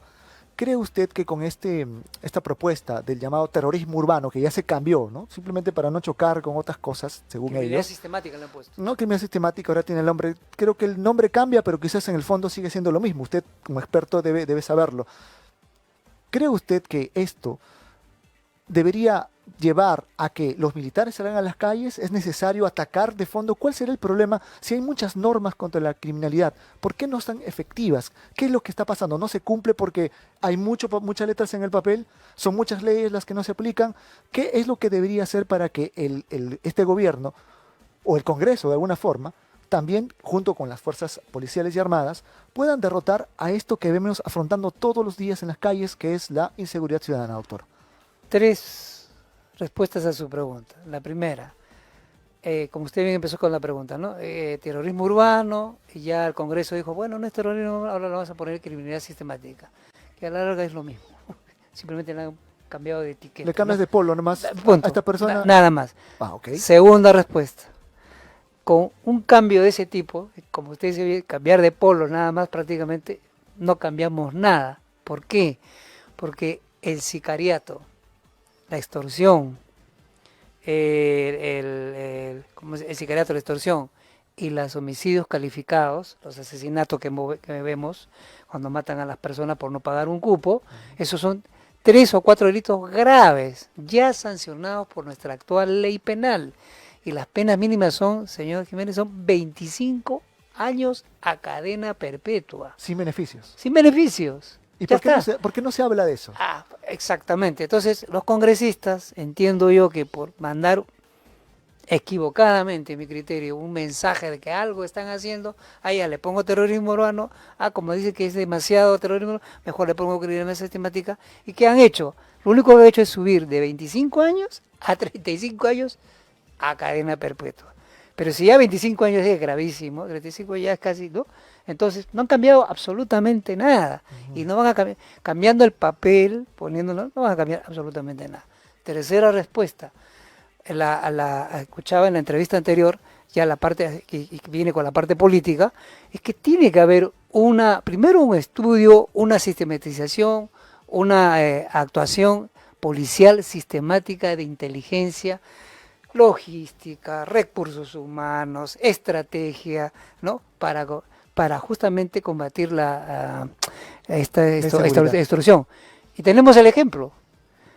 Ayer hemos conocido, un poco interpolo esto, que han condenado a los miembros del Movadef que habían pretendido a partir del año 2012-2014 crear una fachada que se llama Movadef, que en el fondo era Sendero Luminoso, y ellos fueron condenados a 25-35 años. Y esa es una organización. ¿Y por qué fueron ellos condenados? Porque hace 10 años la policía especializada desarmó esa organización. Entonces encontraron y requisaron inclusive en las cartas donde estaba el señor Guzmán ahí cumpliendo su pena, que él había hecho unas cartas diciendo que se va a crear el Movadef a fin de poder actuar políticamente a partir del año 2014, 2016, 2021. ¿Correcto? Entonces, cuando se hace una investigación profesional, llegamos a la cabeza y desarmamos y luego conseguimos una sentencia. Claro, un poco tarde, pero hemos hecho algo. Y eso es lo que debe hacerse justamente con los temas de extorsión, sicariato y homicidio calificado, que es lo que le preocupa a la ciudadanía. Es un tema policial. Ahora, entiendo yo que para fin de mandar un mensaje fuerte, puede ser que el Ejecutivo en determinadas zonas y con determinados criterios debería simplemente apoyarse, complementar con las Fuerzas Armadas, pero las Fuerzas Armadas no están formadas para hacer investigaciones ni capturar delincuentes. Las Fuerzas Armadas, todos sabemos, están formadas para intervenir en una guerra y matar a una persona. Para usted, doctor, ¿es correcto que la policía ahora tenga la facultad de investigar, sacando de lado el trabajo que debería hacer la Fiscalía?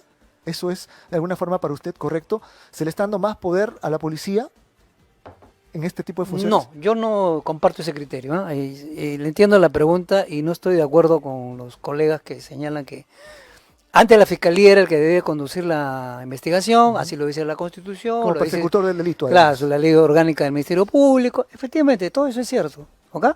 Y bueno, la policía simplemente tiene que obedecer lo que dice el fiscal, ¿no? Pero, mire, ahora se ha dado una ley a propósito de esto, que ahorita creo que es la 30.108, no me acuerdo bien el número, porque fue en agosto, donde le da la facultad de investigación a la policía. Es algo que el Congreso ha hecho. Exactamente. Hace poco, Pero eso no quiere decir, en mi criterio, que la policía conduzca la investigación. No dice eso necesariamente la ley. Y para mí ese no es el problema. El tema es que justamente el problema anterior que usted me está preguntando, contra el crimen organizado, sicariato, extorsión, ¿no es cierto? Todos esos delitos, justamente es, ¿quién combate eso directamente? Como se dice, en el campo, ¿la Fiscalía o la policía? La policía. Pero, obviamente, complementado con la Fiscalía, porque la Fiscalía, esa organización que desbaratamos, vamos a ser optimistas, de ejemplo, de extorsión, por ejemplo, le encuentro el líder, los que razonan, los que tienen las armas, los que han cobrado los cupos. Capturo toda esa organización y se le entrega un informe a la Fiscalía, demostrado, toda la información. Y la Fiscalía es el que sustenta ante el juez. Usted nunca, vemos todos los días en las audiencias que se transmite por vía el canal del Poder Judicial, ¿no? Usted no ve ahí un policía diciéndole al juez, yo he capturado a Pedro Pérez de la organización de extorsionadores de los pulpos, por ejemplo, ¿no? Usted no ve eso. Usted ve a un señor fiscal o una señora fiscal que está argumentando ante un juez. Entonces, es en equipo que debe trabajar la fiscalía y la policía, ¿correcto? Mire, yo que soy abogado litigante le estoy dando prácticamente la solución a mi adversario en los escenarios de las audiencias. Eso es lo que deben hacer realmente. Entonces digamos que no es tan difícil, solamente que está para la pantalla, está para Sí. de alguna forma meterle floro a la gente y decir que estoy trabajando con esto, pero al final... Mira, y esto, ¿por qué este debate para mí insulso Ajá. y que no tiene sentido, ya usted ya veo que me ha captado, es que porque lamentablemente se ha infiltrado, se ha manejado, no profesionalmente en la fiscalía, sino con criterios que no son legales. Y la prueba es que recién, y esto viene, y no lo digo ya esto es conocido por todos, esto viene desde el año 2016 para adelante, a raíz de que los temas de Odebrecht y Lava Jato han infiltrado la parte política de la fiscalía. Ese es el problema. Entonces ellos quieren tener, no, yo conduzco y yo hago lo que yo manejo a la policía. Esa es para mí una forma no profesional de trabajar de la fiscalía, ¿no? Y por eso que ahora dicen, no, ahora ¿por qué le pasan a la policía? No, lo que pasa es que quieren instrumentalizar para resolver sus problemas políticos. Y voy a hablar bien claro, no estoy diciendo que toda la fiscalía, algunos miembros de la fiscalía utilizan su cargo de fiscales para tratar de resolver problemas políticos. Yo les pediría que más bien creen su partido político y se acabó el problema. Ahí solucionan el tema. ¿A qué se refiere? Pero no, ¿A la Barba, a Domingo Pérez? Bueno, estos señores que usted me mencionó, yo no quiero ni mencionarlo. Pues también de lo desearía que estén en Chayapalca, como lo decía nuestro amigo. Bueno, ya, el señor que anteriormente en la entrevista, ¿no? Enrique Valderrama. Ya, pero ya eso es otro tema. Yo me imagino que, bueno, hemos escuchado ahora último este señor, el filósofo del señor Villanueva, que ha señalado hace 2 semanas en otra entrevista en otro canal en la que ha señalado muchos detalles de cómo fueron ellos convocados para asumir la responsabilidad de estas investigaciones. Mire, ahí hay un tema ya, por ejemplo. ¿Cómo es eso, esa designación de un caso tan grave que simplemente se designa por la sugerencia, vamos a ponerle así, de alguien que no es de la fiscalía? De un señor que dice que es periodista. ¿Se refiere a Gorriti? Claro, entonces, ¿cómo es eso? O sea, ¿cómo alguien que es ajeno a la Fiscalía de la Nación designa Pedro y Juanito, ustedes se encargan del caso? Porque yo tengo la información. Entonces, ¿eso qué demuestra? Y es el gran problema que tenemos ahora en los casos de Lava Jato, pues, ¿no? Que todas las investigaciones se hicieron en Brasil. Acá prácticamente no se ha hecho nada. Por eso es que se cayó el caso de los cauteles, esto de los que querían implicar a los abogados, ¿no? Y en el caso del señor Alejandro Toledo también se va a caer. ¿Eh? Te va a decir, pero no puede ser. ¿Por qué dice, doctor Aguirre? Por un tema muy sencillo. El señor Barata no ha declarado en el juicio oral contra el señor Toledo. Y estoy casi seguro que su defensa va a plantear eso en la apelación. Y eso es violación de su derecho fundamental, porque yo tengo derecho, su defensa va a decir ante las apelaciones, yo tengo derecho a confrontar al señor Barata, a ver si es cierto lo que dice, a ver si es cierto que yo, o sea, Alejandro Toledo, le he pedido el dinero. Bueno, tome nota, abogado, de señor ¿no? Que tome nota el abogado, entonces, para sí, que es acá, muy probable. como nos escucha aquí en Betel Radio, estoy seguro que va a tomar nota de lo que usted está sugiriendo y estoy seguro que va a tener en su... Entonces, mire, con lo que acabo de terminar con esta idea, ¿no? Entonces, lo que han hecho los señores fiscales que no han trabajado con profesionalismo es que al final han hecho un acuerdo, ¿no es cierto?, con información de Brasil. Y hay un juez brasilero, el señor, se me fue el apellido ahorita en este momento, ha dicho que todos los juicios en Brasil de Lava Jato son nulos. Así es. Y entonces el efecto espejo está clarísimo. Acá y acá los jueces, ¿cómo van a resolver? Y Barata se negó a declarar también, ¿no? Exactamente, porque se da cuenta. y Va a pasar probablemente en el juicio del señor Humala, ya está pasando, creo, si no me equivoco. Y en los casos de repente también de la señora Villarán. Mire, todo se va a ir abajo y, por eso le digo, y eso no pierde dinero, tiempo. Claro, exacto, cuando no se trabaja con profesionalismo. Ahora, doctor, volviendo al tema que nos atañe también, el tema de esta criminalidad, ya referíamos que ha sido un cambio de camiseta, ¿no? Ya las leyes están dadas, extorsión, sicariato, solamente que se le ha dado un poco más de tiempo, pero al final el Congreso casi no ha hecho nada. El Congreso acusó, un grupo de parlamentarios acusó a las entidades, como el Ministerio al Poder Judicial, al Ministerio Público, de que nosotros hemos trabajado, dijeron ellos, ¿no? Pero tanto no vengan a protestar al Congreso porque nosotros no tenemos la culpa, nosotros ya hemos legislado sobre ese tema. Ellos son los que sueltan y no condenan a los culpables. Primera reflexión sobre ese tema. Y segundo, necesitamos ya salirnos del Pacto de San José y aplicar la pena de muerte porque aquella persona que mata destruye la vida de sus víctimas. Y bíblicamente sabemos que se amparaba pues el ojo por ojo, diente por diente. ¿Qué contexto le da a esto que los ciudadanos que nos están escuchando a esta hora quieren saber? Porque no se habla con claridad y aquí en Betel Radio sí lo decimos. Por favor.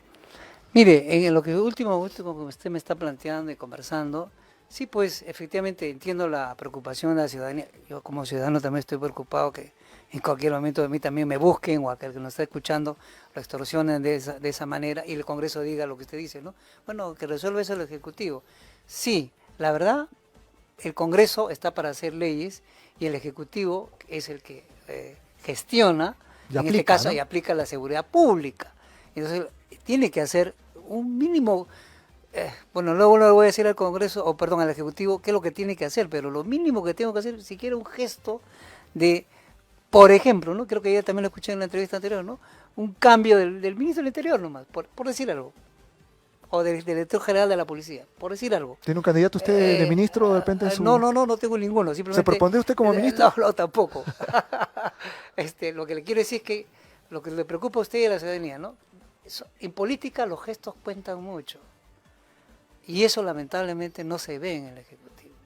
Entonces, justamente para darle la tranquilidad a la ciudadanía, ¿no? Yo lo único que puedo decir simplemente es que el Ejecutivo tiene que liderar a la policía para que investigue y capture al líder del tren de Aragua, por lo menos el líder de acá del Perú, no sé si de Venezuela, ¿no es cierto?, de los pulpos de Trujillo, y entonces ya va a dar un mensaje de que algo está haciendo por la seguridad de todos los ciudadanos. Tal como el caso Movadef que usted graficaba, ¿no? Perfectamente, claro. ¿No? Si se investiga correctamente, ya se sabe que este brazo ideológico Movadef, ¿no? Que adoctrinaba alumnos, estudiantes, jóvenes, ya fue, digamos, ya está ratificado que es una sentencia sobre finalmente este tema, se destruye totalmente esta parte del Movadef. Mire, justo me hace usted acordar lo siguiente. Ayer la sala lo que ha hecho, no solamente los ha condenado a la señora Elena Parraguirre, la que fue la esposa o señora de Seúl Guzmán,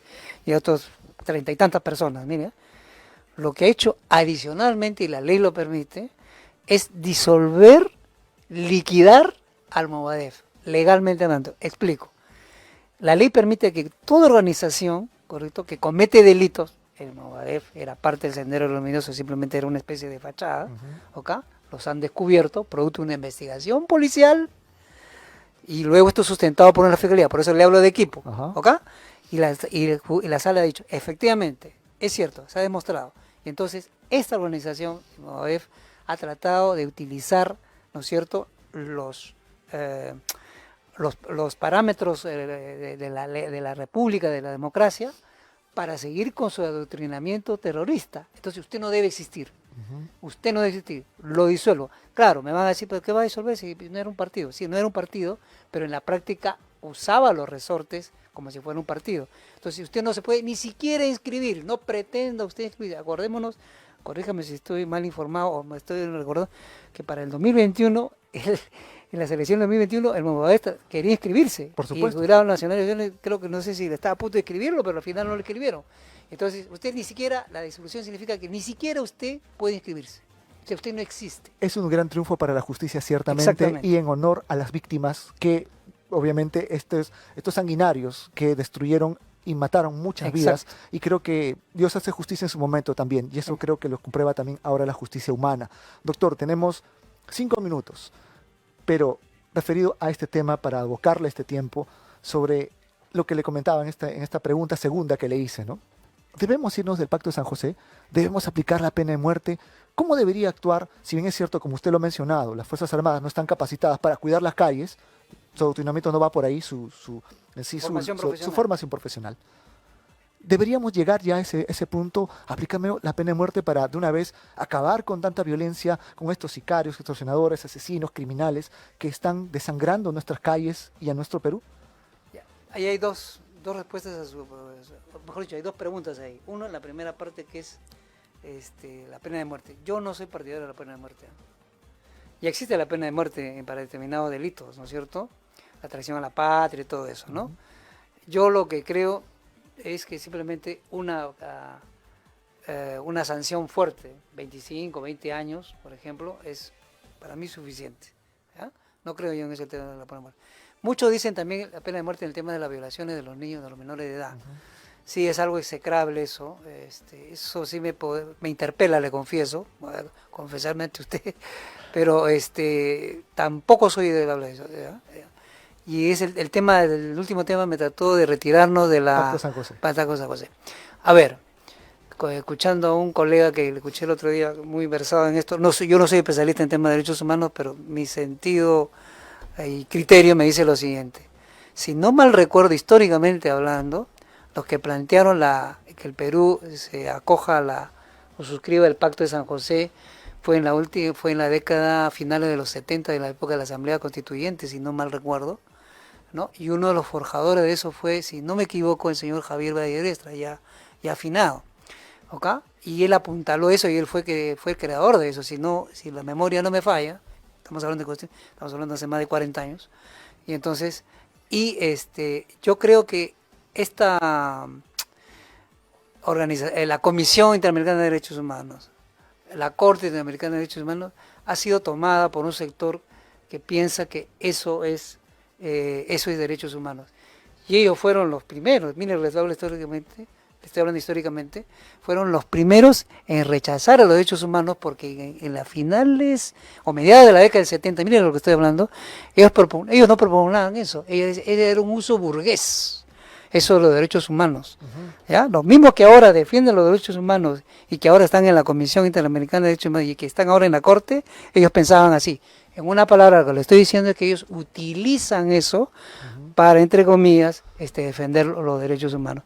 En consecuencia, yo creo que el trabajo más bien es al revés, ¿no? Yo le confieso que no pensaba eso antes, pero ahora sí ya me doy cuenta de que más bien las personas que no pensamos como ellos, debemos integrar esa Comisión Interamericana y esa Corte Interamericana para que se cambie la forma de hacer o de defender los derechos humanos a nivel internacional o nacional. Ahora, fíjese, yo tampoco no soy muy amigo de estos temas, porque cuando uno firma ese tipo de tratados, prácticamente está de alguna manera, y de eso se valen estos grupos, concediendo la soberanía. La soberanía, que es, en este caso, yo soy Perú, yo tengo mi poder ejecutivo, mi Congreso, mi poder judicial, y a mí una Corte Interamericana, por más que sea Corte Interamericana y por más que sea tratado, no me puede decir a mí lo que yo tengo que hacer. Exactamente, ¿no? La injerencia de la soberanía de los pueblos. Exactamente. Que tanto se hablaba, ¿no? Pero hay que saber más, por eso le digo, lo que pasa es que se ha introducido gente que no creía en los derechos humanos. Mucho caviar. Exactamente. Mucho caviar. ¿Ya? ¿No? Ese es otro sector que piensa de esa manera, pero hay que actuar ahí para que también la gente que no piensa como ellos también sean parte de la comisión, sean parte de la Corte Interamericana de Derechos Humanos, y entiendo yo que eso cambiaría la visión de lo que estamos conversando en este momento. Entonces, digamos que ahora, su reflexión final sobre esto que hemos conversado ahora, doctor. Por favor, cuéntenos su reflexión sobre lo que hemos conversado. Bueno, mire, efectivamente estamos en un momento muy... estamos en una situación de anomia realmente. A ver, por más que estoy hablando de temas legales, soy consciente de que la anomia política que estamos pasando hace que conversemos de estos temas, ¿no? Entonces, pero justamente lo que debemos buscar es que informarnos más de quiénes van a tomar la batuta del poder, sea en el Ejecutivo en el año 2026, aunque unos están hablando de ella que de repente se adelanta para el año 2025, porque con esta señora así no creo que lleguemos al 2026, me temo. Entonces hay que informarse para votar bien informado y no votar porque simplemente no me gusta el otro. El no me gusta, el odio, y eso no funciona. Y esto ha pasado en los últimos 10 años en nuestro país, que votando por el no, por el contra, mire dónde estamos. La idea es votar en favor de algo, ¿no es cierto? No voto porque no quiero, no puede ser. Y eso nos lleva a esta situación de anomia y lo estamos viviendo en este momento, ¿no? Y a la ciudadanía le pido que la próxima vez piense bien su voto. Gracias, doctor. Finalmente, su apreciación sobre estos temas que a la población le interesan, en donde usted bien dice, ¿no? La desinformación y la falta de conocimiento hace que se opine y al final se elija mal, porque se sabe que el peruano en su mayoría elige más que por emoción que por razón, y eso es algo a lo que estamos acostumbrados prácticamente todo este tiempo, más de 9 presidentes en menos tiempo. Eso es algo atípico o por eso decía anormal, ¿no? Anómalo. Es algo anómalo, ¿no? Sí, usted lo está graficando realmente. Y doctor Javier Aguirre, gracias por estar aquí en Betel Radio. Es un placer, una bendición tenerlo por acá. Bienvenido, a su casa cuando usted guste también. Muchas gracias, señor Jiménez, y a sus órdenes. Bueno, gracias por esto. Entonces, estuvimos conversando en este bloque con Javier Aguirre. Él es abogado penalista, además docente con larga experiencia en derecho penal. Y vamos a ver qué más tenemos para conversar con ustedes en nuestro tercer bloque. Vamos a seguir analizando la coyuntura. Soy Paul Jiménez, aquí estás en Betel Radio y por supuesto en nuestras ondas 100.1 de la FM y además en los 660 de la AM, las 24 horas del día, porque Betel siempre te informa. Vamos a hacer una pausa comercial y regresamos. Ya volvemos con Hora Punta con Fabricio Escajadillo. Betel Radio te acompaña en cada momento del día.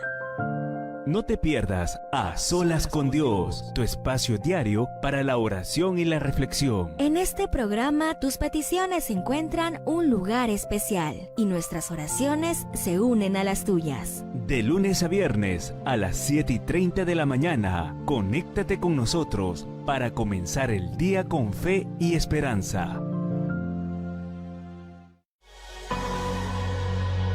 Sé lo que se siente. Quizás en un momento te alejaste, pero el Señor te espera. El Señor te espera. Muchas veces yo corrí, muchas veces huí, pero su presencia estuvo ahí, tocando mi puerta, y yo en mi habitación lloraba y yo decía: Dios, ¿por qué? ¿Por qué no me sueltas? ¿Por qué me persigues? ¿Por qué, Señor? Si yo me alejé, si yo te di la espalda. Los brazos de Dios siempre están extendidos para ti. Betel te acompaña.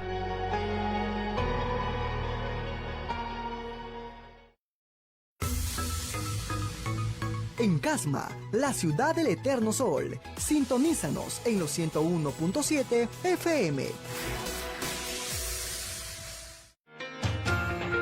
Si este mensaje fue de bendición y edificación para tu vida, te invitamos a que puedas contribuir con la obra del Señor. Puedes enviar tu colaboración al número de Yape 947-246-545. No olvides verificar que la transferencia sea a nombre de Asociación Cultural Betel. También puedes hacerlo ingresando a la página www.betel.fm/colabora. Para dejar tu colaboración, que será de mucha bendición. Betel te acompaña. Continuamos en Hora Punta con Fabricio Escajadillo. ¿Qué tal? Gracias por estar nuevamente con nosotros. Para mí es una alegría, una bendición estar reemplazando además a Fabricio Escajadillo. Él va a continuar, por supuesto, con ustedes. Soy Paul Jiménez. Hemos estado conversando con especialistas sobre la coyuntura, aquí siempre en los 100.1 de la FM y también en los 660 de la AM, transmitiendo las 24 horas del día, porque Betel te acompaña. En este bloque y último además del programa, hoy viernes 1 de noviembre de 2024, vamos a seguir analizando lo que viene ocurriendo, pero esta vez en el ámbito internacional. Y estrictamente nos vamos a referir a lo que viene pasando en Estados Unidos con las elecciones que ya se acercan, donde tenemos a Kamala Harris y también a Donald Trump.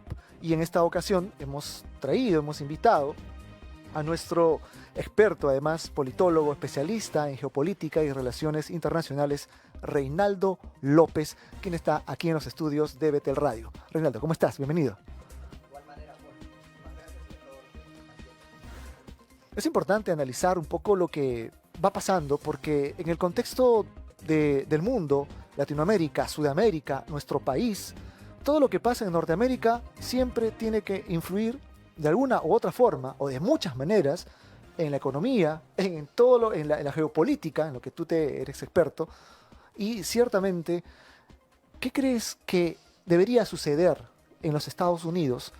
Porque Kamala Harris, sabemos que representa el progresismo, a este globalismo, arrastra consigo las agendas, el LGTBI y otras agendas woke, que mal hacen que bien, mientras que Donald Trump es conocido por sus ideas más conservadoras, siempre proclama a Dios, ¿no? Y lo tiene bien claro además, pero que su equipo de campaña ha tenido algunos ciertos reveses que lo vamos a analizar en su momento. Pero, ¿qué crees que representa Kamala Harris y Donald Trump en este momento para Norteamérica y para el mundo? Mira, lo que va a suceder el 5 de noviembre no solamente va a tener consecuencias en el destino de los Estados Unidos, sino en el destino del mundo. Acordémonos que Estados Unidos hasta ahora es la primera potencia mundial, es el hegemón. Y obviamente bajo su hegemonía, muchas cuestiones del mundo están en las manos del que va a ser el próximo presidente de los Estados Unidos. Como tú bien lo has dicho, Kamala Harris, del Partido Demócrata, representa pues las ideas, unas ideas progresistas, unas ideas globalistas que, mira tú, están llevando a la decadencia, al descenso, no solamente de Estados Unidos, sino de toda la cultura occidental. Occidente se basa, y uno de sus pilares fundamentales es la religión, es la familia. Y estas ideas globalistas lo que han hecho es prácticamente eliminar estas ideas básicas. Y cuando una cultura pierde sus ideas básicas, sus pilares fundamentales, directamente va a la desaparición. Y eso es lo que está pasando. Mientras que por otro lado tenemos a un Donald Trump que representa todo lo contrario. Representa los valores patrióticos de Estados Unidos, representa los valores conservadores de Estados Unidos, representa las ideas y los valores religiosos que justamente han llevado a Estados Unidos hasta cierto punto a ser la potencia hegemónica que el día de hoy es. Estados Unidos se juega en estas próximas elecciones su destino de mantenerse como potencia hegemónica en el mundo o simplemente ya terminar yendo al ocaso sin posibilidad alguna de remedio. Eso es lo que se está jugando. Y no solamente Estados Unidos, sino también el mundo. Porque acuérdate ahora que tenemos dos guerras en este momento, paralelas y que también están íntimamente relacionadas. La guerra de Rusia con Ucrania y la guerra que está pasando en Medio Oriente, donde prácticamente ahorita ya todo se está saliendo de control. Porque Israel, lógicamente, lo que está haciendo es enfrentándose a muchos enemigos. Y mira lo que plantea Donald Trump. Trump plantea que él va a solucionar estos conflictos. Y hay algo que lo respalda. Acuérdate que en su gobierno, Estados Unidos no se metió en ninguna guerra. Y él es amigo de Vladimir Putin, tiene buenas relaciones con Zelensky ahora. Y bueno, ha ofrecido sentar a conversar a Netanyahu y hacerlo entender muchas cosas también. Entonces, podríamos hablar de que estos conflictos se puedan solucionar y que no se vayan a terminar saliendo ya fuera de control, como parece ser. Mientras tanto, la otra señora parece que no tuviera eso en cuenta y que fuera una continuación de Joe Biden, que prácticamente nos está llevando al mundo a esto, a un conflicto que podría terminar en una tercera guerra mundial. Ese es el peligro el que estamos afrontando la humanidad. Y esto es lo que se está jugando el 5 de noviembre. Es importante lo que dices, ¿no? Porque ciertamente esta lucha que se ha puesto ideológicamente, que está de alguna forma dividiendo también al pueblo norteamericano, rompiendo un poco el fundamento de su creación política, Exacto. como país, como nación, con los valores con los que fueron de alguna forma creados como nación, ciertamente dicho. Y yo pienso que, no sé si coincidimos en esto, mira, Reinaldo, el atentado contra Donald Trump, esta falla escandalosa, ¿no?, del servicio secreto que casi por poco y matan a Donald Trump, le sirvió en un momento para estar en la palestra. Pero sabemos que el apoyo de Barack Obama, Michelle Obama, que son totalmente progresistas, globalistas, ¿no?, y que además propusieron el término de la familia como tal, o sea, su misión era esa. Apoyan a Kamala Harris, incluso artistas, cantantes, que en sus conciertos hablan a favor de ellos, los medios, como Infobae y algunos otros, que son globalistas también.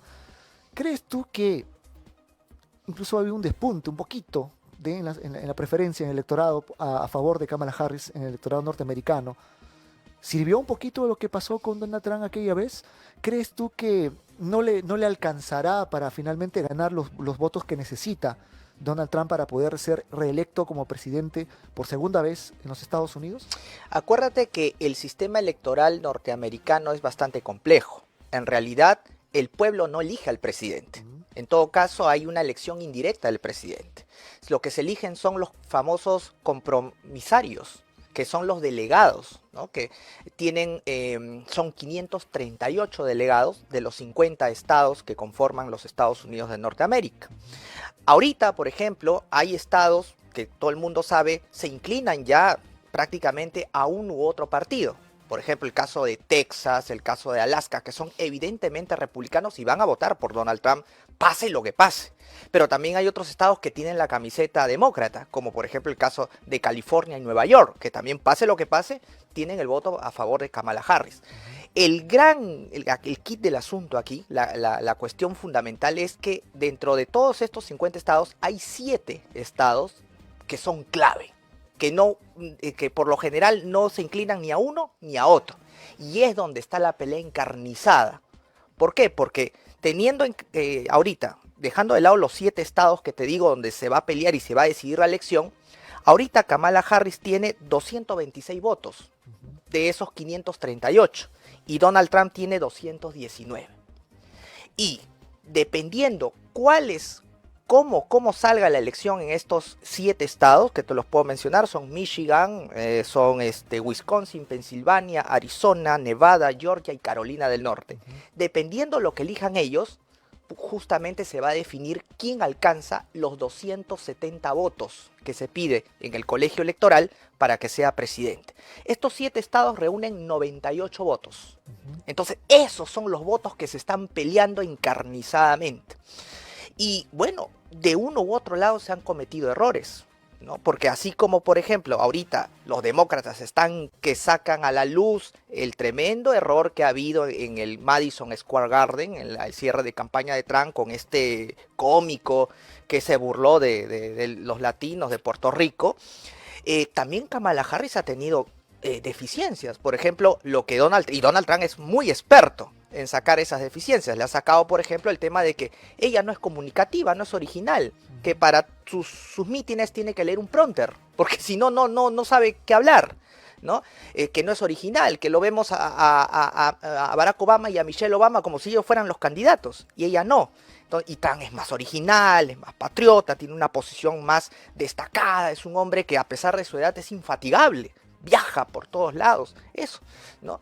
Pero también hay que recordar que hay pequeños errores que justamente por estos delegados, estos 98 votos que están en disputa, pueden llevar de alguna manera a inclinar la balanza a favor de uno u otro, ¿no? Acuérdate que en Estados Unidos la población latina alcanza a 68 millones, de los cuales 9 millones son puertorriqueños, que se han sentido gravemente afectados. Por ejemplo, en Pensilvania hay una gran mayoría de puertorriqueños y han salido inmediatamente a artistas como Jennifer López, Ricky Martin, a respaldar a Kamala Harris y decir que cómo es posible que xenófobo, estos del Partido Republicano, que son unos discriminadores, nos ataquen. ¿Y qué buscan acá? Jalar el voto latino. Pero también hay otra cosa importante. Acuérdate tú que en la última elección Trump, el Partido Republicano tuvo el 36% de votos latinos. Y ahora, según las encuestas, ese voto va en ascenso al 38%. Y todo el mundo se preguntará, ¿pero por qué? Porque los latinos que están votando ahorita ya no son latinos. Son hijos de latinos nacidos en Estados Unidos. O sea, ya son estadounidenses. Se sienten entonces ya identificados identificados ahí, ¿no? con el patriotismo del Partido Republicano y de su candidato. Mira, Reinaldo, precisamente, ya vamos a hacer a colación a este comentario que nos habíamos, que adelantaste, por cierto, y ciertamente tenemos esta declaración, por decir así, equivocada de este comediante, por no calificarla de otra forma, en la que menciona que Puerto Rico pues es un gran basurero y obviamente pues se ha sentido mal. Las reacciones han sido bastante variadas. Vamos a poner en pantalla precisamente y escuchar un poco de lo que dijo este inefable, este nefasto comediante que parecer lo ha contratado Biden o no el equipo de campaña de Donald Trump. Vamos a ver si lo tenemos ahí para escucharlo. Mientras aparece vamos a decir que califica pues a los puertorriqueños como un gran basurero, según él, y también habla sobre los latinos, ¿no? Y dice que los latinos los califica pues de promiscuos, por decir así de otra forma, grandes pecadores promiscuos, y bueno, no sé si tú o yo, pero yo no me considero así. Claro. Entonces, mi teoría es, o este tipo fue contratado por Barack Obama o por Joe Biden, o es que simplemente no le revisaron el guión de lo que tenía que decir, y finalmente pues se fue de cara, y esto en este momento, nada más, porque eso son cosas temporales, le está causando pues un serio dolor de cabeza. Y vamos a escuchar precisamente ahora, vamos a ver, por favor póngase los audífonos, estimado Reinaldo, para escucharlo nosotros. Y obviamente tenemos las letras para la traducción respectiva.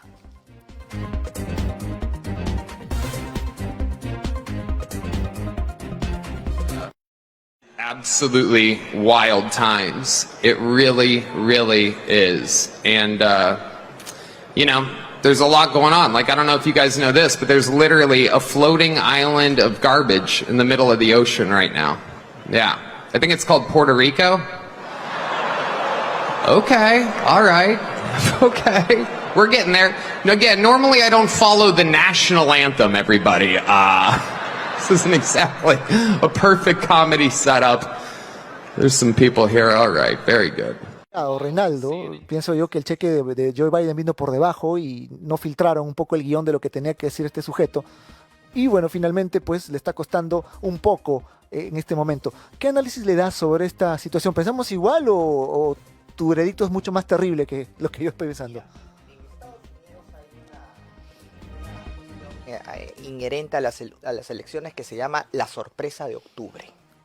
¿Y qué cosa es la sorpresa de octubre? No tiene nada que ver con Halloween, ¿verdad? No. Con esa fiesta pagana. No. La sorpresa de octubre tiene que ver con que en los últimos días de octubre, o sea, casi poco antes de la elección, siempre sale una bomba a relucir en contra de uno u otro candidato.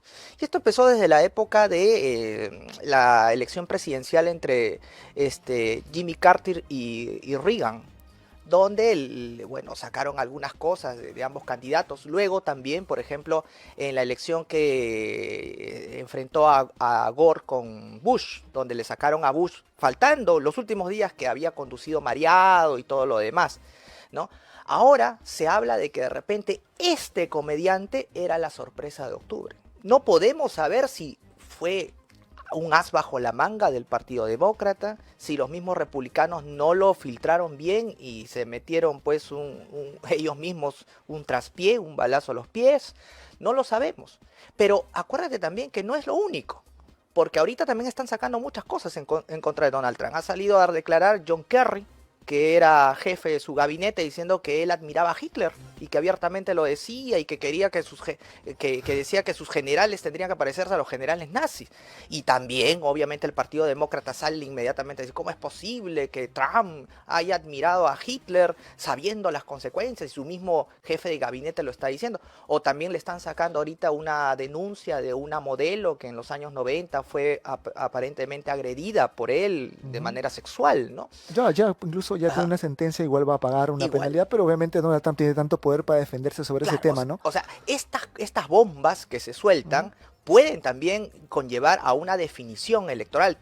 y en situaciones así tan dramáticas como se está viviendo esta elección, donde el porcentaje entre ambos es mínimo. Algunas encuestas le dan que la señora Kamala Harris lleva la delantera por 1 o 2%, y otras encuestas dicen que es al revés, que es Donald Trump el que está llevando la delantera por 1 o 2%. Y aquí también estamos asistiendo a algo bien importante, ¿no? Mira cómo la cantidad de noticias en redes, en medios de comunicación, no sabes quién te dice la verdad.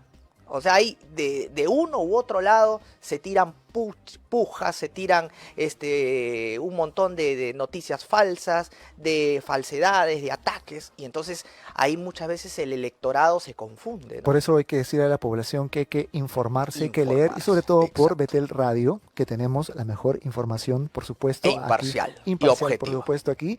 Tenemos 3 minutos, Reinaldo, claro pero que sí. quería aprovechar tu presencia porque Claro que sí. ciertamente lo que pasa en Israel, a quien bendecimos, el pueblo amado de Dios, ha sido atacado por Hamas. Y obviamente también se ha enfrentado a Irán, ¿no? Abiertamente. Y ciertamente si a ti te atacan, tienes derecho a defenderte. Claro Mi que sí. postura personal es esa, ¿eh? Si a ti te atacan, tienes derecho a defenderse. Y además Israel es el pueblo bendito de Dios. ¿Y quién se mete contra Israel, verdad? Entonces, ha hecho bien en defenderse así, por más allá de las críticas. Se habla sobre el tema de la Franja de Gaza, que los palestinos. Entonces, todo ese tema, ¿crees tú que finalmente se está preparando de alguna forma? Nosotros creemos como cristianos el camino para el anticristo, ¿no? En este orden mundial que está gestándose en el mundo. Pero pienso yo que Israel va a salir vencedor de todo esto. ¿Qué contexto crees que debería, o qué acciones debería tener Israel?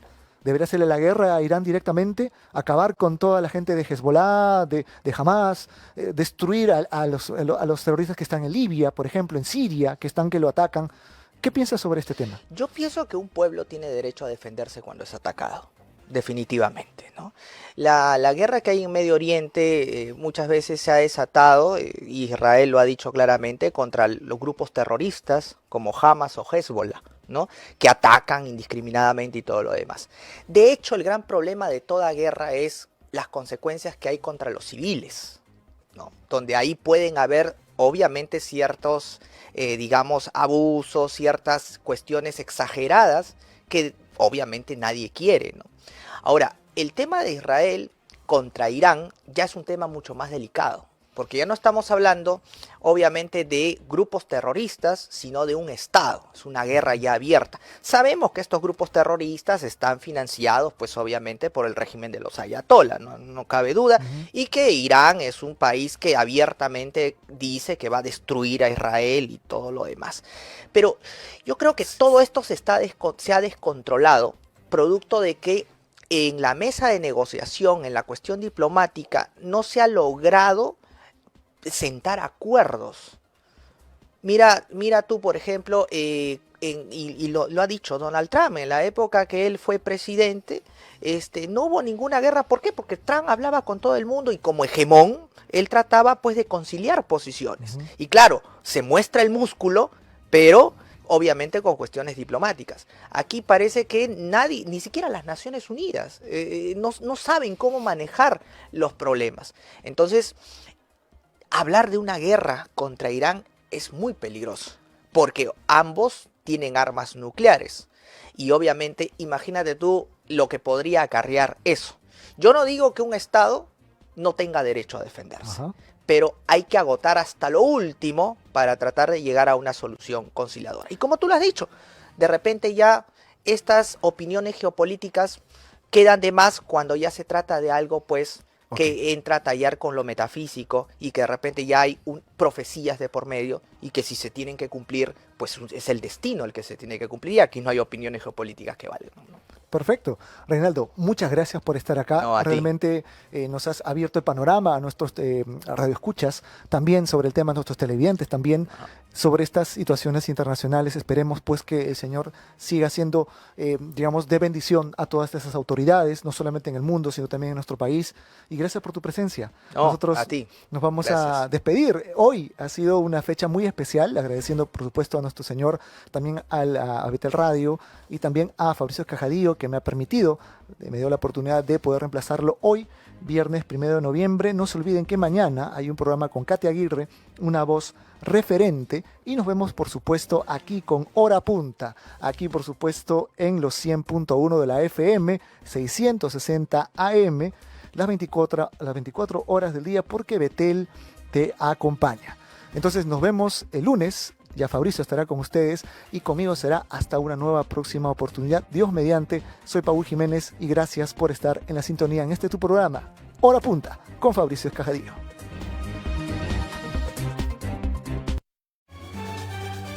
La hora punta termina, pero las noticias continúan y nosotros seguiremos trabajando para brindarte cada día la mejor información. Nuestra cita contigo es de lunes a viernes de 10 a 12 del día. Ahora sigue disfrutando de la programación de Betel Radio. Te acompaña.